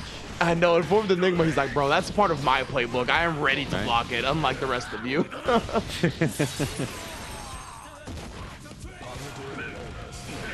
Okay, 7. Wow, ends up air dashing back so late against the jump S. Stuff like that shows me how good he is. He's flying around like Spider-Man over here. YRC. Oh, the clash! Wow. Good juggle. Back to the corner. And what a jumping. Gonna be able to break the wall as well. Whole lot of red. Gonna be able to drain a bit. Oh, the Rekka RC's it. Ooh, Are we going I to didn't realize he had the super. Yeah, that's right? Yeah. One round away. We might have that 3 in a donut here. Ooh, Berserker Slash actually didn't cross on the second time. Instant block. Ooh, instant Wow, block again. I'm trying to remember Young legend. what the frame data is on instant block. It's like different for Berserker Slash. I think it's like -1 or something, but he doesn't want to even try to contest that is. I mean, you talked about a mother's cooking. He's trying to get that home cooked donut right now. Yeah. 3-0. Oh, the whip super. Oh, still pressure and the low. Oh no, instant blocking leaves Leo point blank and at +2. So, you know, good thing you didn't press after that instant block. I forgot. I knew that normally it's like -6 and it's different when you instant block. I didn't realize it was +2. I just thought it was like a very close to 0. But unfortunately for him, yeah, those instant blocks not going to help you in those scenarios. And I mean, nothing helped him up against K7. Yeah, honestly, K7's relentless offense just came in, and Nagaryuki just literally couldn't really get started or couldn't add up enough. We saw some really cool whip punishes from Naga and all that, but we saw a lot cooler mix-ups, a lot cooler call-outs, and a lot cooler flash kick reversals on neutral. Yeah, K7 again, we talked about it, right? So good at using pretty much every tool in the arsenal of Leo. We didn't really see the guard point stance come out too much, but guard point stance seems very hard to use in this matchup. It seems like very exploitable by a 2S from Nagaryuki, so I can see why that one stayed holstered. But pretty much everything else came out and was letting it fly. Agree. I mean, he had a really good job of staying at a certain range till he got his turn and then just calling out the defensive habits of Informedenigma. And you see he put himself on set point right there and then just didn't let up. Yeah, the reverse beat from the 6 heavy slash into the 2S can catch people off guard all the time. The headbutt, my goodness, bruh. Oh yeah, he ended up dropping that, but it didn't matter, right? K7 immediately recognizing that, going into the 6 heavy slash, and again the reverse beat 2S. People just aren't really used to that. They see the big heavy slash normals come out, and a lot of the time the specials following it, and with that reverse beat 2S, it really throws people off, especially because that 2S hits low. So K7 gonna take his spot in winner side grand finals. As the Informedenigma awaits the winner of Monib and Exmist. And wow, Exmist actually defeating Jan in H-Town 3-2 on that Milia. That is impressive, bro. I was expecting Jan, with how good he is on that Potemkin, like, I mean, just 1 or 2 hits will destroy Milia's life bar, but I mean, he didn't get those enough times. Great stuff to Exmist, and I believe that's the next match we're going to be going to, right? Is that Monib Exmist loser semis match? That's super exciting. You know, you said it.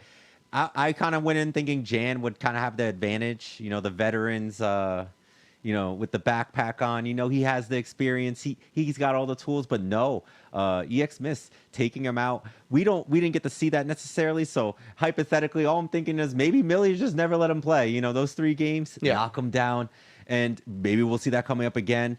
Mana bringing that Zato and Milia. You know, these are the Assassin's Guild. You know, these characters are nothing to.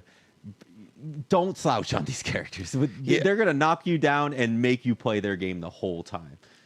They're both very dangerous characters, and it is the fated matchup, right? Zato and Milia, of course, in the lore. Fated lovers, mentor, apprentice relationship, all kinds of things that they got going on. And unfortunately, Milia did smoke him eventually until he got resurrected. And now we're going to see if Monib has that power up against the character in the lore matchup, or if Exmist can repeat history and smoke the Zato once again. But as far as how the matchup actually plays out, 80% for Monib, a lot of faith in that Zato over the Milia. But as far as how the matchup plays out, I think it's a really interesting matchup, to be fair, in this game. Of course, Milia has very high mobility, can kind of overwhelm Zato in certain instances. But because of opposing this game, you can't just mindlessly throw yourself at Zato, right? Because obviously we've seen so many times where you do that and then you get 2H counter hit and the frog loops come out and you wish you never played Guilty Gear Strive in the first place. So because of that, you're going to have to be a little bit more careful, but she can bait out the opposed pretty easily because of her high mobility. She can kind of dash multiple times, stay away from it, dash in and do a jump H, and then cancel that into another dash to get away from the snakes. So we'll see. It's definitely an interesting matchup, usually, from what I've seen. Yeah, they definitely have the air mobility. They have options to kind of keep each other second guessing. But one thing they both share is, you know, the relentless pressure and mix-ups from both sides. So I'm wondering who's going to keep the other one still in the dark here. Who knows? Ooh, I like that. That's a good one right there. The callback to the Eddie the Eddie tracks. I see you. But yeah, we need to kind of make sure that as far as the players go, right, it's all about getting that first hit. And of course, that's really the name of the game when it comes to these characters specifically, because both of their defenses are super bad, right? Both characters, 6 frame normals. So yeah, I mean, the slowest jabs in the game is possible. Milia does have the invincible reversal, but it's going to cost 50% tension. And of course, the second and third most low life in the game. So yeah, anybody that gets put on the defensive first is going to be screaming for help very quickly. Yeah, whoever the treasurer is at the Assassin's Guild, you got to buy some better armor for my piece. Oh, and already coming out big 2H. I mean, we talked about it, right? You got to be careful approaching as Milia, because if you get opposed 2H, this is the damage that you could receive. One combo put you into guts range. It just be like that, fam. And yeah, I mean, with the meter here to cancel, you're going to have to maybe just hold on to that burst for next time. Oh, yeah, Monib thought he would have, man, he would have had to put the Dickies on, get in the 6-3, cruise down Sunset. That had to be the most California burst of all time to do it there. Yeah, but, you know, held on to it, was sure would need it later in the set, but already losing half the health in 9 seconds. Gets the jump in, though. Burst right back. It's like, hey, I've controlled everything till now. I'm just not going to let you play. The BRC, actually slowing down the recovery right there. That was an interesting little tactic. Perhaps to be explored later on, but Monib right now, of course, trying to explore the rest of this life bar. His Exmist does have him in the corner, but too far to convert off of any more of the overhead, really. Oh, yeah, I had to burst to save his life at that point. Actually got clipped by the second hit of Frog, which is easy, hard knockdown pickup. I want to see more of that air jump slash from Milia, as well as our really good air-to-air button. Anytime Zato takes to the sky, should be looking for that. Ooh, what a tech. Yeah, ooh, I like this Monib playing the breaking the law game as well, just in case she gets too over antsy. Oh, tried to snatch her out of the sky. Capel actually defeated whatever that was. I don't know if it was a frog or what. Did that actually save him? And oh, no, he got the frog. I thought it knocked him down, and then he hit right away for a second. That makes more sense. Okay. Yeah, I think the Cowpool hit some type of Eddie. It was hard to make out for sure. Oh my goodness, already found the, yeah, you still ate like half of the frog loop, which did half your life, so still, it's very hard. Because that frog loop, oh my goodness, it's not the easiest thing to burst either. Yeah, if he would have completed the combo, she was actually dead. It was one of the common drops right there from Monib. Not to say he drops it a lot, but that was a common way to drop the combo. Nice, that pressure in the corner. Oh, the blue, but no, gets thrown. Yeah, that just goes into the amorphous. A pose in the background, just a pose on him. I like it. Monib now, a point away from going up 2-0. He didn't have a burst, but it doesn't matter. Well, getting the knockdown setup, and yeah, I mean, you gotta exploit Zato's bad defense now. He's been exploiting your bad defense left and right. Knock this man down. Don't let him play again. Yes, delayed overhead. This is exactly what Milia wants to do, and in the empty low. Good wall break here. Not gonna do it with a super though, so we're gonna be back at neutral, and we've seen how fast her health bar can get deleted. I like that super a lot to nullify Eddie. What in the world? I thought that neutral was gonna result in an air throw, but it does not. Either way, gets the knockdown and the kill. Wow. And it was looking a little scary there. He got the meter back. It was like, oh, can he get another frog setup? But no, Monib's getting rushed down by Exmist right now. Yeah, this is a good job from this. He'll be able to burst out. Yeah, doesn't want to give that momentum back. Oh my goodness, actually did get the second hit and a great adjustment on that backdash from Monib. Definitely a Zato veteran right there, making sure that she stays sandwiched. But however, he's gonna have to guess after this stage transition with the frame advantage. Ooh, BRC backdash actually gets the 6B off, but just trades second hit of Frog. That's gonna be a hard knockdown. Mad damage here. Doesn't get the 2S, just went with the far S instead. Slight execution error. FD to avoid the chip here. Missed though, trying to make his way in. 6P dodging the jump in with the upper body invul, but not actually anti-airing Milia. Oh, the hair car caught him flinching. Man. We gotta wait here. Yo.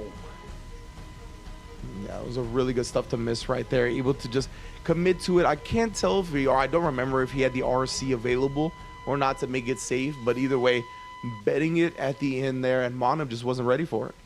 Yeah, no. And that rush down, oh man. He was just going in so fast. Like, I felt like he was on the ropes, and then literally it all just came down to like one moment of Monib mashing to try to get out of a block string, and he just turned it on right there. He was like, oh, I saw the wall crack once. I lost that opportunity. He just wanted it. Yeah. And I mean, this is how this matchup goes, man, right? It's one of those where it's like, whoever's on defense, it looks like the matchup's terrible for them, right? We've seen Monib just run over the Milia player in the first game, and then, of course, bouncing back. Mist was able to make Monib look like he was suffering, right? And that's what we talked about. Zato gets knocked down once, made him guess a couple of times, and those guesses are really hard to make. Of course, Milia, you know, a lot of the Milia players lament her damage, right? It's not as high as a lot of the big characters in this game that are hitting hard. But I tell you what, if she could hit as hard as those other characters, I'd be real mad, because those setups are harder to block than those other characters. So she'd be able to open me up real easy and then just delete my life bar. Because, man, yeah, those diss setups, and if you can condition your opponent to respect the real stuff so you can start doing the cross-ups and the delayed nonsense, that's when it gets real difficult to do anything against that character. No, I agree with you. If she did it any more damage, I would be scared. Yeah. Yo, Well, yeah, look this is at the that launcher replay from the pickup. first game, bro. Look at that. Oh, my goodness. And, yeah, the wall break on top of that, just literally taking her from 100% health to guts range. It was wild. Ooh, the BRC as well. That was a really good from Monib right there. I think he was baiting out like a YRC. And in situations like that against the opponent, when you're trying to bait out a YRC, sometimes they're committed to a timing and they'll do the RC anyway, and that will result in a BRC because they're not in block stun. And BRCs can get thrown, right? They got 7 frames of startup. They can be hit out of it. And if you're already committed to a throw while they're right on top of you, the slowdown doesn't really do anything, right? You can't get any button out in time if they're already committed to that throw. So that's what we saw there from Mana. Very good stuff, just to kind of combat and counter that YRC type defense. Yeah, honestly. And like what you said with the BRC, you know, it is a really strong tool, but you have to use it correctly. You know, there is a window when you're in defense that you have to know when the block string ends and there's a gap. So, you know, having that risk is huge, especially if you whiff YRC and they're not affected by it. That's like a pretty strong punish. That's what, like 17 frames or something? Yeah, the YRC, YRC on block I think is -16 or -17, one of those two. So yeah, extremely punishable and counter hit recovery, right? So it's not even just the fact that you're gonna get a punish, but you're gonna get a counter hit punish. So yeah, YRC, that's one of the things I think people are they're starting to get it. They're starting to bait out YRCs more and more. But at first, on the forefront of our mind was just a burst, right? We were really just making sure that we were baiting out bursts. But we've seen how reliable YRC has been defensively. So a lot of players are starting to bait that out as well. And you mentioned -16 counter hit recovery. Like, it is a massive reward if you do get that bait. And Zato is better at baiting those than most because of that breaking the lock cancel. You can actually put a normal on somebody and they react to it with a YRC. And if they react too late, the breaking the law will actually dodge it. Oh, man. Yeah. Ooh. But he's going to need some dodging here. Exmist is just rushing it down. Oh, got around the frog. Yeah, and just to update everybody, Monib did win that game. We got disconnected, so a whole game happened before we were able to get back in. So this is going to be game, or not game point, but, you know, very close for Monib if he takes this round. Possibly, yeah. Thanks for that update. Oh, wow. Yeah, hair car hard knockdown. Goes with the empty low. Good block of the YRC afterwards. But I love that from Mist, right? Off the YRC. As a Zato player myself, we are thirsty for those throws after the YRC. Being that close to the corner, he wanted to put Mist there, and Mist did not let it happen. Ooh, the posing right into it. Gets the burst. Yeah, Clap your hands. Oh, I love that right there. The 6H into the piercer stuff right there, getting the empty low to the full combo. Yes, put the Sun Void on her again. The frame trap, she's not going anywhere. Wow, that FD, it looked like an instant FD. It pushed him really far away. And no fear on the jump in. Oh, the double approach on the heavy. Oh, yeah, Monib, the burst is building back. He'll be able to build it from this round before he actually dies fully. We'll see if Mist has a bait out here after the stage transition. We just raw some of the pose right there. He's not going to have any more little Eddie, though. Miss, it's your time to get in, man. You still Oh, got tension as air. well. No conversion off that does slow him down, but oh, the double mace. Man, that hair weighs a lot more than you think. Tried to jump into that air grab and just got smacked. And just like that, EX missed, finding himself tying up the set. Yeah, gonna go to winner goes to losers finals. Lower bracket finals. Oh yeah, and Miss finds his way in there, but for now, able to go back to a neutral game. It gets the closest anti-air as Monib was trying to scramble with an air. Button. The Bad moon. I'm going to be able to break the wall as well. Back to neutral we go. Monib not betting on the opposed this time. Does get some space back with the punches, but we talked about it. Miss just maneuvering around the Zato, actually maneuvering around the opposed very well on top of that, and then getting the cross up on the disc setup. Set point for Miss. Wow, and just calling it all out off a Chrome Rose setup, feeling themselves, and it's paying off again here. Wow, what a double cross. Betrayer, that's what she did before, right? Just repeating history. The double cross on Zato and the Lord, the double cross on his wake up. And now he's looking to put him out of the tournament. Actually, I was going to say it's a lower bracket, but nah. This is already lower bracket. Oh my goodness, the first. My man Monib, the Canadians are representing their country heavy today. Testyourluck and Monib both bursting in the skies. And what a way for Miss to end it. In typical lore fashion, Milia putting Zato in the grave once again. Yeah, Mist just playing ridiculous, running it all the way back with that rush down. And wow, like, I love that close slash launcher combo so much. You were talking about, man, please don't do more damage. But, you know, that launcher combo be giving those Marvel vibes for me. I'm like, yo, she's going pit screen. Yo, let's go. Yeah. He did such a good job of just bringing that back and assessing the defensive situation that Mana brought forward to him. Yeah, 100%, man. I really like the fact that Miss was able to bounce back, not get discouraged. It's really easy to get discouraged when you get hit by these frog loops, right? It is a mental blow. And he never really let that bother him. He was just able to keep playing his game. You can see right here, that's when Mono was running wild. You see the BRC getting thrown, the amorphous kill. But even then, this is when Miss still brought it back, right? That second game, he put a W on the board. He broke the wall here with a frame advantage. And I mean, when you're in that scenario, it is so tough to get out with Zato, even if you have the YRC. True. You can see and here. Smith had a really good job of just, you know, coming from the above way more often and bringing those double mix-ups out off the hard knockdowns. And wow, using that YRC, but called out on the throw. Ooh. Yeah, and that was a scary. huge decision. Yeah, no. Taking those double air dash mix-ups are so hard on hard knockdown, but he was doing a good job of stealing turns in neutral too with it. And, you know, you can get away with those, but they're a lot easier to call out when you're not knocked down.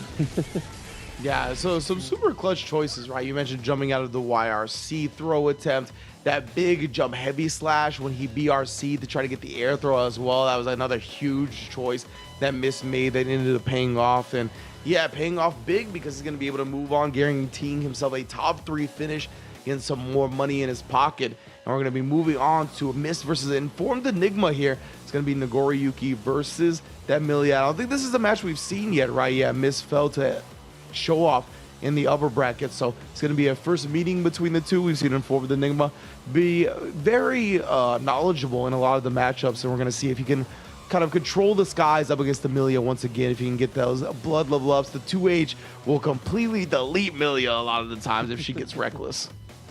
Yeah, you said it. Like, that's what I'm waiting for. Is I haven't seen this matchup that much, but man, pinata action. Like, will she be approaching from the air and exploding with candy for Nago, or will she come down with all that blood money and get it into the grand finals? Who knows?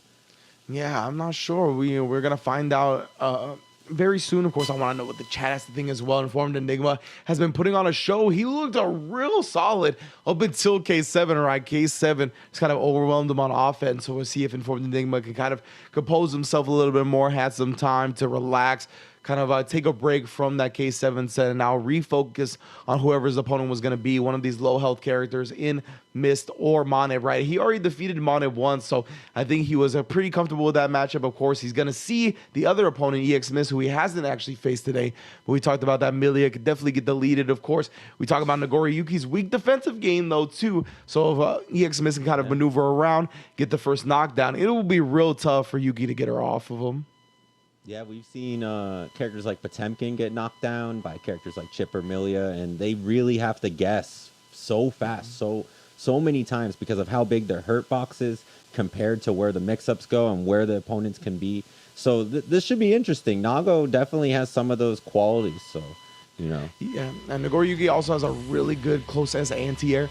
You're going to be looking for that as another option for Millia being constantly above him because of her air mobility, so look out for that one as well. As far as Millia goes, maybe she'll be looking for some Capels in those situations. Try to maybe anti-air the button that's coming out from Nagoriyuki, perhaps. That they cannot change society. So instead of reflecting, But yeah, we are getting into it again. This is going to be losers finals here. We're going to have Nagoriyuki versus Millia. It's going to be Mist versus Informedenigma. Both of these players vying for an opportunity to face K7 in grand finals. Get that lion's share of the pot. Man, unsheathing the sword. We're getting the lore. We're getting the intros rocking. Okay. Oh. Millia versus Nagoriyuki. All right, here we go once again. Taking it to the jungles. Very proper stage for Guilty Gear Strive, I gotta say. And now you can see Mist, yeah, doesn't want to get reckless at all. Ooh, the gold burst coming out from Informedenigma, though. It's going to make him very dangerous very early. Nice. The closest, we mentioned it for Nagoriyuki, but actually Mist is the one that uses it to anti-air first. I think he blocked that wire. See, I couldn't actually see. Maybe he got hit. Either way, the charge just comes out again from Enigma. We've seen that pay dividends over and over again. And Millia actually has a shorter throw range. This is actually something that's a really cool nuance in this matchup, is the fact that 214H leaves you 0, but it leaves Millia well outside throw range and Nagoriyuki well inside throw range because of his increased and her decreased normal throw range. Ooh, actually too far for that charge just to hit. It's going to give Mist a huge opportunity here. Yeah, no burst, no YRC available. You just got to make him guess one more time, fam.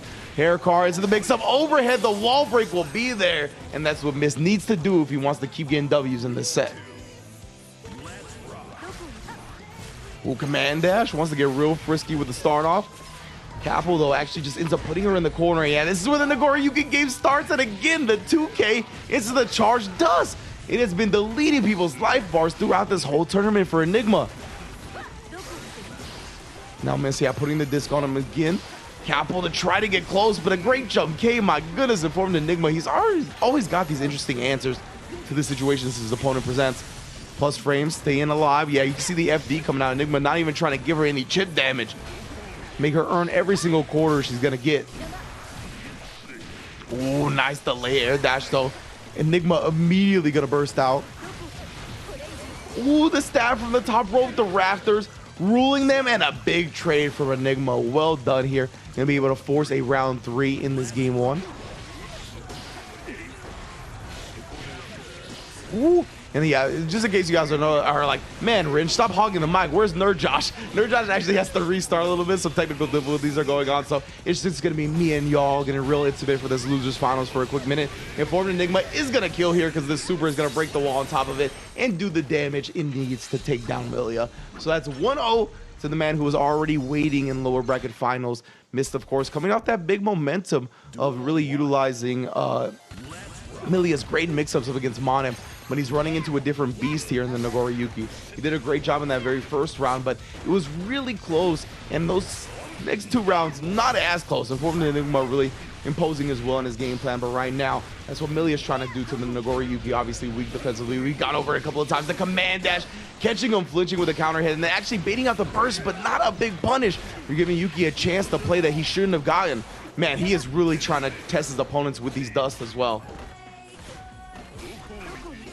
Ooh, the command dash. Wow, actually the command dash is going through each other. That was super sick. Both players obviously having access to them with these characters.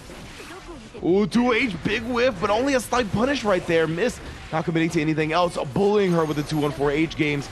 5K afterwards as well. Of course, I can't remember how fast his 5K is, but Millie, again, her fastest buttons is 6 frames, so definitely a bully scenario there. But the one getting bullied this time is Nagoriyuki. Again, just Millie overwhelming offense once he's kind of on the back foot. Capital to avoid that range when Nagoriyuki is right under her.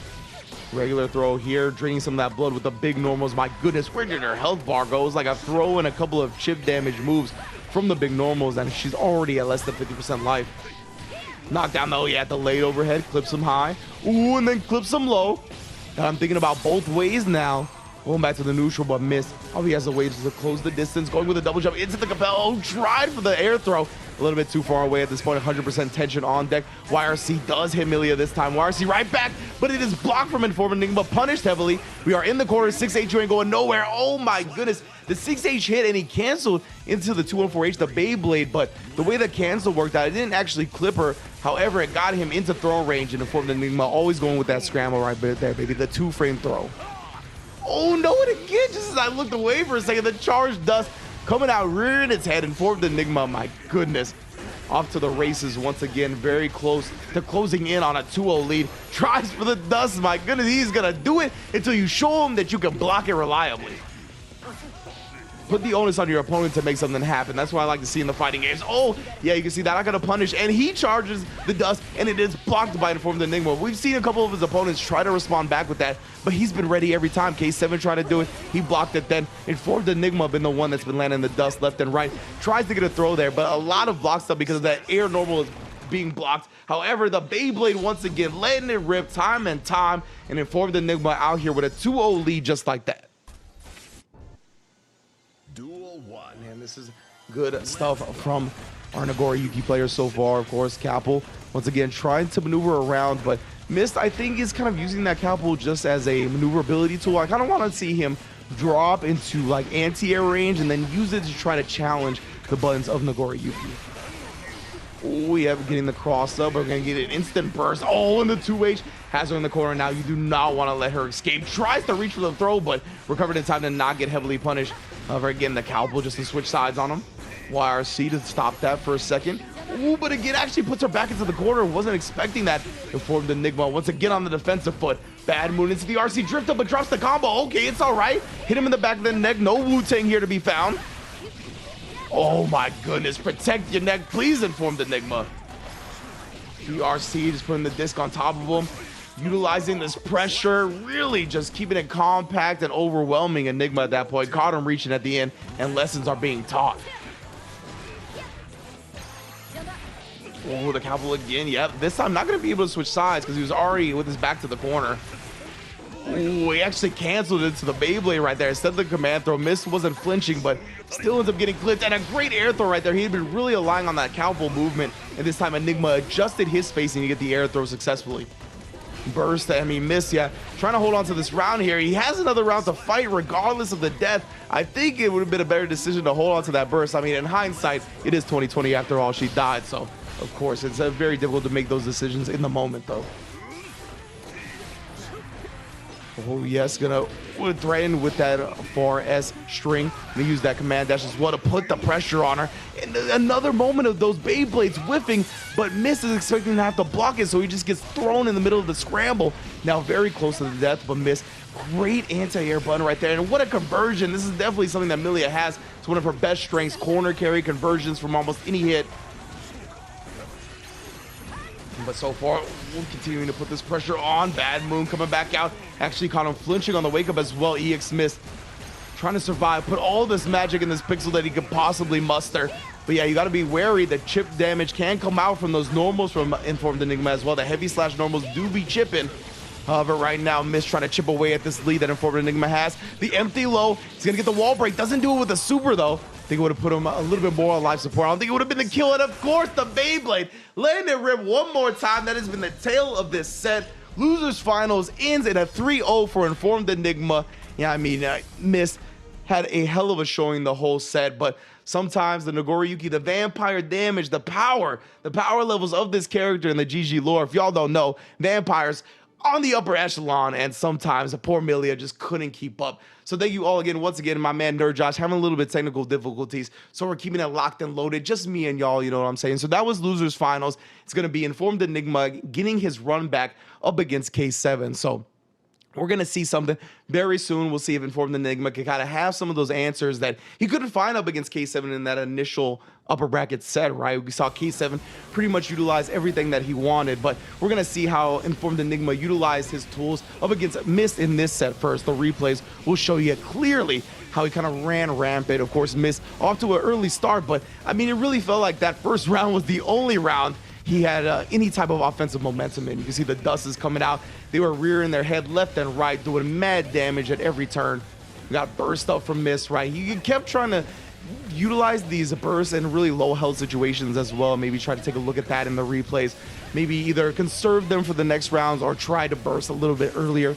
However, Informedenigma, I mean, he made so many correct decisions, and he's been making correct decisions all tournament long, really. He's got to have to make it the best possible decisions in his next match, though, because the one to beat here at the pre-EVO warm-up rounds has been K7.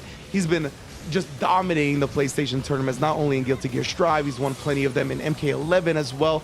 I mean, he is just comfortable in these tournament atmospheres. He has been grinding it out, resulting in top 3 and at least top 8 in pretty much every tournament he's been entering for Guilty Gear Strive. And trust me, he enters tournaments damn near every single day, bro. Like, so it is impressive stuff, and he's gonna be nice and warmed up just because of that, man. Yeah, you should also follow his stream, bro. It's the exact thing you see on the stream right now. It is twitch.tv/K7_Showoff. He streams all the time. One of the best Leo players. I recommend all of the Leo army to check him out. There's been a lot of dope Leo players, of course, NA and beyond as well. Japan's got Tomo, we got Coach Steve, we got all kinds of amazing players. So this is going to be the grand finals, though, right? You can see very high win rates on both of these players. K7 just with one more win, both with only 2 losses. And this is going to be a close one, man. I know the upper bracket was all K7 all day, but Informedenigma has shown that he's gotten really good adjustments against his opponents once he's been exposed to them for a little while. His name is Informedenigma, bro. I'm telling you, the more data he has, the more dangerous he becomes. So K7 can't take this too lightly despite the dominant performance in the upper bracket finals. Trust me. But I hope everybody is locked and loaded. Oh, my man, Nerd Josh, what's good, bro? Yo, I'm getting sucked into the internet, man. You know, this rollback's just so good. You know, I had to get one game in. You know, I had to just fit it in. But, you know, here we go. We're going back into the grand finals. We Informed coming in against Showoff. We're going to have one more explosive battle of the beasts here. You know, we've been hearing about a lot of other beasts, but these 2 characters are among them. Trust me, these are some of the strongest beasts out here. So, ooh, I mean, K7? You know about the intro, baby. We blame the beast, right? We're not going to reflect on ourselves. We're not trying to get introspective around here. We're going to blame these monsters out here swinging for the fences, looking for the haymakers. And we got 2 of the best in the business at that, right? Of course, we've seen the Goriyuki's monster normals. Leo's got good normals as well. I mean, both of these players just, they output damage at will, it seems like. Well, I mean, a lot of people are putting their will into K7 here. He had like 70% of the vote, and I don't blame them. You know, he's using a beastly character, and he's been sitting on this throne in the grand finals how many times now? So, you know, let's see if his NRS mix-up prowess will take him through this once more. Yeah, I mean, Leo fit for the throne, right? The second king. He's very used to being in this grand final scenario. So we're going to jump into it once the players are ready. But, I mean, yeah, that back turn stance is so nasty. And, you know, we talk about throws a good bit in this game. Of course, being 2 frames, a significant chunk of damage. They're very powerful. But for Leo, they got that additional thing of actually putting him into back turn as well, right? So that's just another added benefit for K7, and he's real good at mixing in those throws, getting you very afraid of them, and then crossing you up, getting you to flinch. You talk about the NRS mix-up prowess, and he brings it in tenfold to this game. No, I agree with the low throw mix-up game that he's been providing. This whole tournament has been strong, but not even just that. He'll keep you guessing on his reversal game, and he'll keep you guessing on whether even if it's your turn or not to swing. So, you know, that's why a lot of these cross-ups end up being so free. Couldn't have put it better myself, man. Here it is, grand finals of the EVO the pre-EVO warm-up rounds for Guilty Gear Strive, the NA version to close out the day. Of course, we've had amazing champions in Asia and EU, and now we're gonna see if K7 takes it or if Informedenigma can at least force a reset here. Ooh, taking some time to back off and gets the hit. Nice from Enigma and the block. Okay. Oh, another. Ooh, unfortunately, it does get opened up there. He hasn't really been able to find many throws on the Berserker Slash, and K7, we've talked about it before, right? Whenever he recognizes a weakness, oh my goodness, those backdashes from K7 are nasty. He'll backdash all kinds of nonsense. That is another NRS player prowess that he brings to the table, and you can see calling out the dust with it just to get the full punish. Oh my goodness, overheads on overheads. I know you got a mask on, but that is not protecting your dome, apparently. Nah, he just sent him about 6 feet, so maybe that's the reason why. Oh, nice. Taking him down with the sword approach. That slash, getting the spin to throw. I like it. And I really like Enigma, the way he's been combating those fireballs, has been throwing out his projectile and then command dashing behind it. That actually opened up K7 both the first round and this round. Ooh, big damage just from that first strike and the second strike as well because of that wrist gauge being popped. Wall break right back in there. Informedenigma is responding with a perfect. Woo. Okay. Yo, ooh, Beyblade letting the rep again, but yo, the flash kick right back. K7 not looking to get bullied, not looking to surrender any momentum. Yo, wall bounce this man. Yeah, here come the haymakers. They are just trading blows. Oh, Ooh, catches nice. the jump. Yeah, the command dash, we talked about that close as a really good anti-air. I really like that response from K7 right there. We'll get to that in a minute because the blood rage is popped and he's gonna have to weather the storm here. Ooh. He actually tried to swing, he let a fireball go, he ended up paying for it. And now we got plus frames in the corner here. Enigma, can he seal this first round out? Ooh, the guard pull, we finally see it brought out in this matchup to combat the air button. So good, K7 right now, so disciplined, but until then, burst out to save this game so far. Oh, he actually risked the jump D, now a burst from Informedenigma. Still anybody's game at this point. 2-0. Oh wow. no, he actually risked the projectile, but yeah, lots of durability on that heavy slash. I'm not exactly 100% sure how the Nagoriyuki projectile works when it comes to nullifying others, but some of the most durability in the game is coming out from that heavy slash fireball. I feel like he felt he was just going to dash through it, you know? He was going to commit with the H, and he was like, hey, I could trade with this before it hits me, but he didn't commit. Yeah, and just to bring up a point before we get too far into this match, we saw in that last round, Informedenigma actually used the throw or COS, and it caught K7 backdashing, but in response, K7 actually drift RC back to not get punished. That was like super high level. But anyway, Informedenigma has already wall splatted him, has already taken his burst, and it might be taking this round. Now, like you said, K7 had been there before, and just like right now, he is not afraid with this much health. What a YRC for the turn, and that was smart. Because with your back that close to the corner, you could be done with Leo with a bar. Yeah, most definitely. Ooh, yeah, the close S coming out again for big anti-air damage. K7 trying to get close, but paying with his life. You're going to give up a resource whether you like it or not. Gets caught jumping. This is going to be close enough for the cinematic. Oh, yes, not even a worry in Informedenigma's mind. And yeah, as you mentioned, a tied set just like that. 1-1. And yeah, just like that. Literally. Was that even a minute and a half? I felt like the first round was like kind of you know, normal, but you know, that second round just to the point. Yeah, that whole on the board. That whole match definitely felt like 45 to 60 seconds, bro, for sure. Already with the guard break, wall splat, and gonna break it with a super. I love that.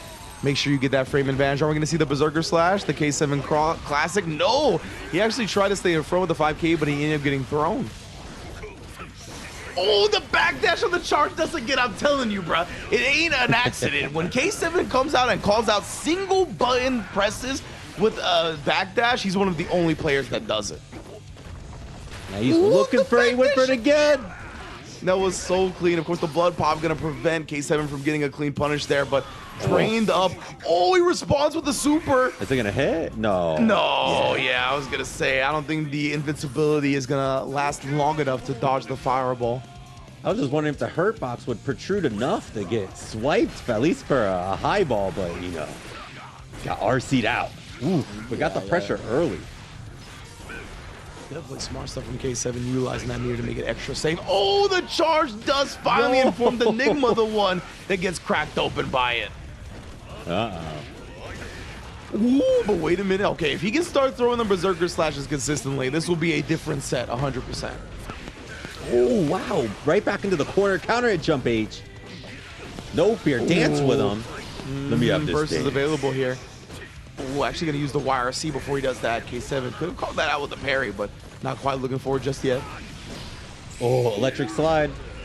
Boogie, woogie, woogie. Oh, that was too good. You saw the BRC, and he tried to press one of his big buttons, but K7, a bigger button with that back turn slash, bro. It's deceiving when it comes to his hitbox. It always has been, even in the last game. It can definitely just catch you off guard and blow up whatever button you're pressing. 2-1 lead for K7 here in Grand Finals. Yeah, that back turn is just so intimidating. And, you know, even if from mid-range is not as intimidating, off a knockdown, we've been seeing the left-right abused all day. So just to back off once and clean up with it, huge play. Yeah, good stuff to Informedenigma, not getting caught slipping on the charge but does get his feet touched that time. Oh. The 2D coming out. Oh no, committed to the 6H, and yeah, long recovery frames on that. Lager bomb here. This man K7 is feeling it. You could tell, catches them low, breaks the wall with the super. My goodness. You saw the finesse on the walk-up low? He knew. Oh, Yo. throw on top of that, bro. Tournament point for K7. Rinch, he is bum rushing this grand finals. This is ridiculous. This is what this man does, bro. We expected it from the Leo. He even waited right there to expect the burst from Enigma. Flash kicking like he smells the pie in the oven, but you got to be careful. You don't want to burn yourself taking it out. Indeed, indeed. He can't get too overzealous. He can't give Enigma any chance he doesn't earn. Yeah. Ooh, the Lager bomb put him down once again. Oh, Man's and he hungry. still baits the burst. My goodness, breaking the wall with the super. You got one more chance, Enigma. It's time to guess for game. He's got frame advantage. What you gonna do about it? Stays in front for the tick throw setup, and K7 Showoff is your pre-EVO warm-up rounds NA Strive champion. Yo, again, the king is on the throne. Leo. And, I mean, representing the Lions out there, the king of the jungle. He was scrapping like he was fighting out of a jungle today, but, you know, he definitely showed that he was the one with the crown and knew these fights. Yeah, that was like seriously so good from K7, and he was the favorite coming into this, right? We talked about it time and time again that he's been having incredible showings pretty much in any tournament he's entered, right? Top 3 often, top 8 at the very least, and here once again this time the full first place. You can crown this man the king that he is. I mean, K7, bro, he's just so phenomenal, and we're gonna see exactly how he took the whole tournament right here with the replays. Oh, that overhead. You know that's always gonna hurt. Let me see. Oh yeah, that was one of those times he tried to nullify the projectile, but there's a slight miscalculation there. Yeah, I like the idea, but it just wasn't enough. Ooh, And yeah, this is the time he was able to finally make the king bleed, right? This was the W he actually secured here, but K7 really just giving him some false hopes, some false sense of security, because he was able to dash away any and all hopes of the W or even the reset from Informedenigma. Yeah, you can see this was the super attempt, but the PRC to make sure he didn't even get clipped by that. Well done from K7. Yeah, like Enigma seemed a lot more prepared for a lot of more instances, but Showoff having more layers to his mix-up and being, you know, taking that recognition of his opponent stepping up and, you know, putting more obstacles in his way. Yeah, and then we saw the tick throw to end it right there, got clipped by the 5K, and then gets smoked afterwards. I mean, K7, you can see the way it's been broken down. 3-1 in grand finals. Literally the only game anybody took off of him in this top 8 was that one match Informedenigma got. So before then, he was just a monster in grand finals, a beast, a king, a gorilla, whatever you want to call him. Today, you got to call him champion. K7 showing his dominance once again at these PlayStation tournaments. He does it time and time again, and this is just another W in his pocket. So well done to the boy. You can always catch his stream as well, twitch.tv/K7_Showoff. And you can catch all of these as well on twitch.tv/PlayStation. Street Fighter 5, Mortal Kombat 11, Tekken 7. You can see all of those are pre-EVO warm-ups as well, so you can catch those on twitch.tv/EVO at those time and dates as well. You can see Gundam, Skullgirl, Soul Calibur, Blaze Blue Cross Tag, Grand Blue Fantasy versus Under Night. All kinds of dope fighting games are here. Side tournaments, warm-ups, all of it can be found at compete.playstation.com as well. And before I tell you a little bit more about compete.playstation.com, I just want to give shout outs to our victors of all of the regions today. We got Samito, aka Summit, bringing home that title for the chip in Asia. We got Popotino bringing home the title for the Soul in Europe. And then, of course, NA, we just saw K7 bringing it home with Leo. But if you're looking to bring home some titles, you got to go to compete.playstation.com. That's where you can sign up for any and all tournaments. You saw all the fighting games that we got going on right now. BB Tag, Soul Calibur, Skullgirls, Guilty Gear, Street Fighter, whatever you want to play, it's there and it's free to enter. So I implore you to check it out when you get the chance. But Josh, that's it for us today, man. You got any last words for the people? No, honestly, check out these EVO warm-ups. You know, K7's taken 2, but I know a lot of you are putting so much time week after week. Now is the time to test yourself and, you know, use these tournaments to get in there. You get in this top 8, you get paid no matter what. So you need new stream gear. You need a new joystick, a new controller, or whatever. Enter these tournaments. Get in there. You know, this can help your drive. And, you know, shouts to all the players and everybody. You all have been keeping this game so interesting. So I want to thank PlayStation for providing this series. Thank you for EVO for holding it down for all these years. Shouts to you, Ringe, for being godlike and joining us on this journey. And yeah, like Samito, Legend, Papatino getting that with that character switch. I like that. And here we are again, you know, K7, the king. And just honestly, get in the mix, everybody, you know. I've been entering tournaments too, getting salty, but we get better every day. This is how we do it. Yeah, exactly, Ryan. That's a great point as well. You're going to get used to the tournament atmosphere. The tournament experience is going to help you grow as a player. But right now, I'm going to go fiend for some Guilty Gear Strive myself. I got to grow as a player in addition to a commentator. So thank you, Josh, as well, for joining me. It was a fun time, as always, my man. We'll be back soon. Again, don't go anywhere. Twitch.tv/PlayStation, Twitch.tv/EVO. Tournaments are going to be coming in hot and heavy very soon. Thank you all for joining us once again today. See y'all very soon. Much love, everybody.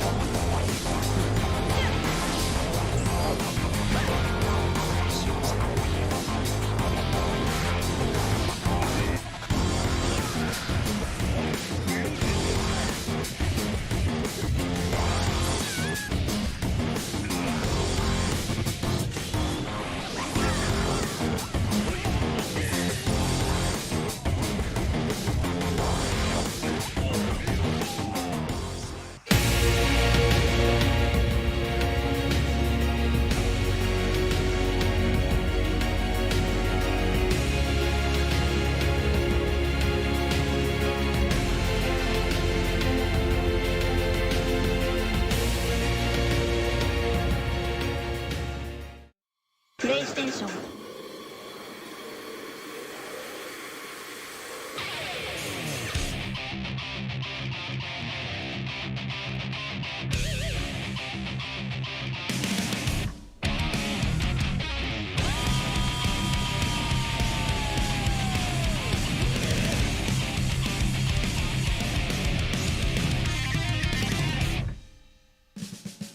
I know who I am. The moonlight lake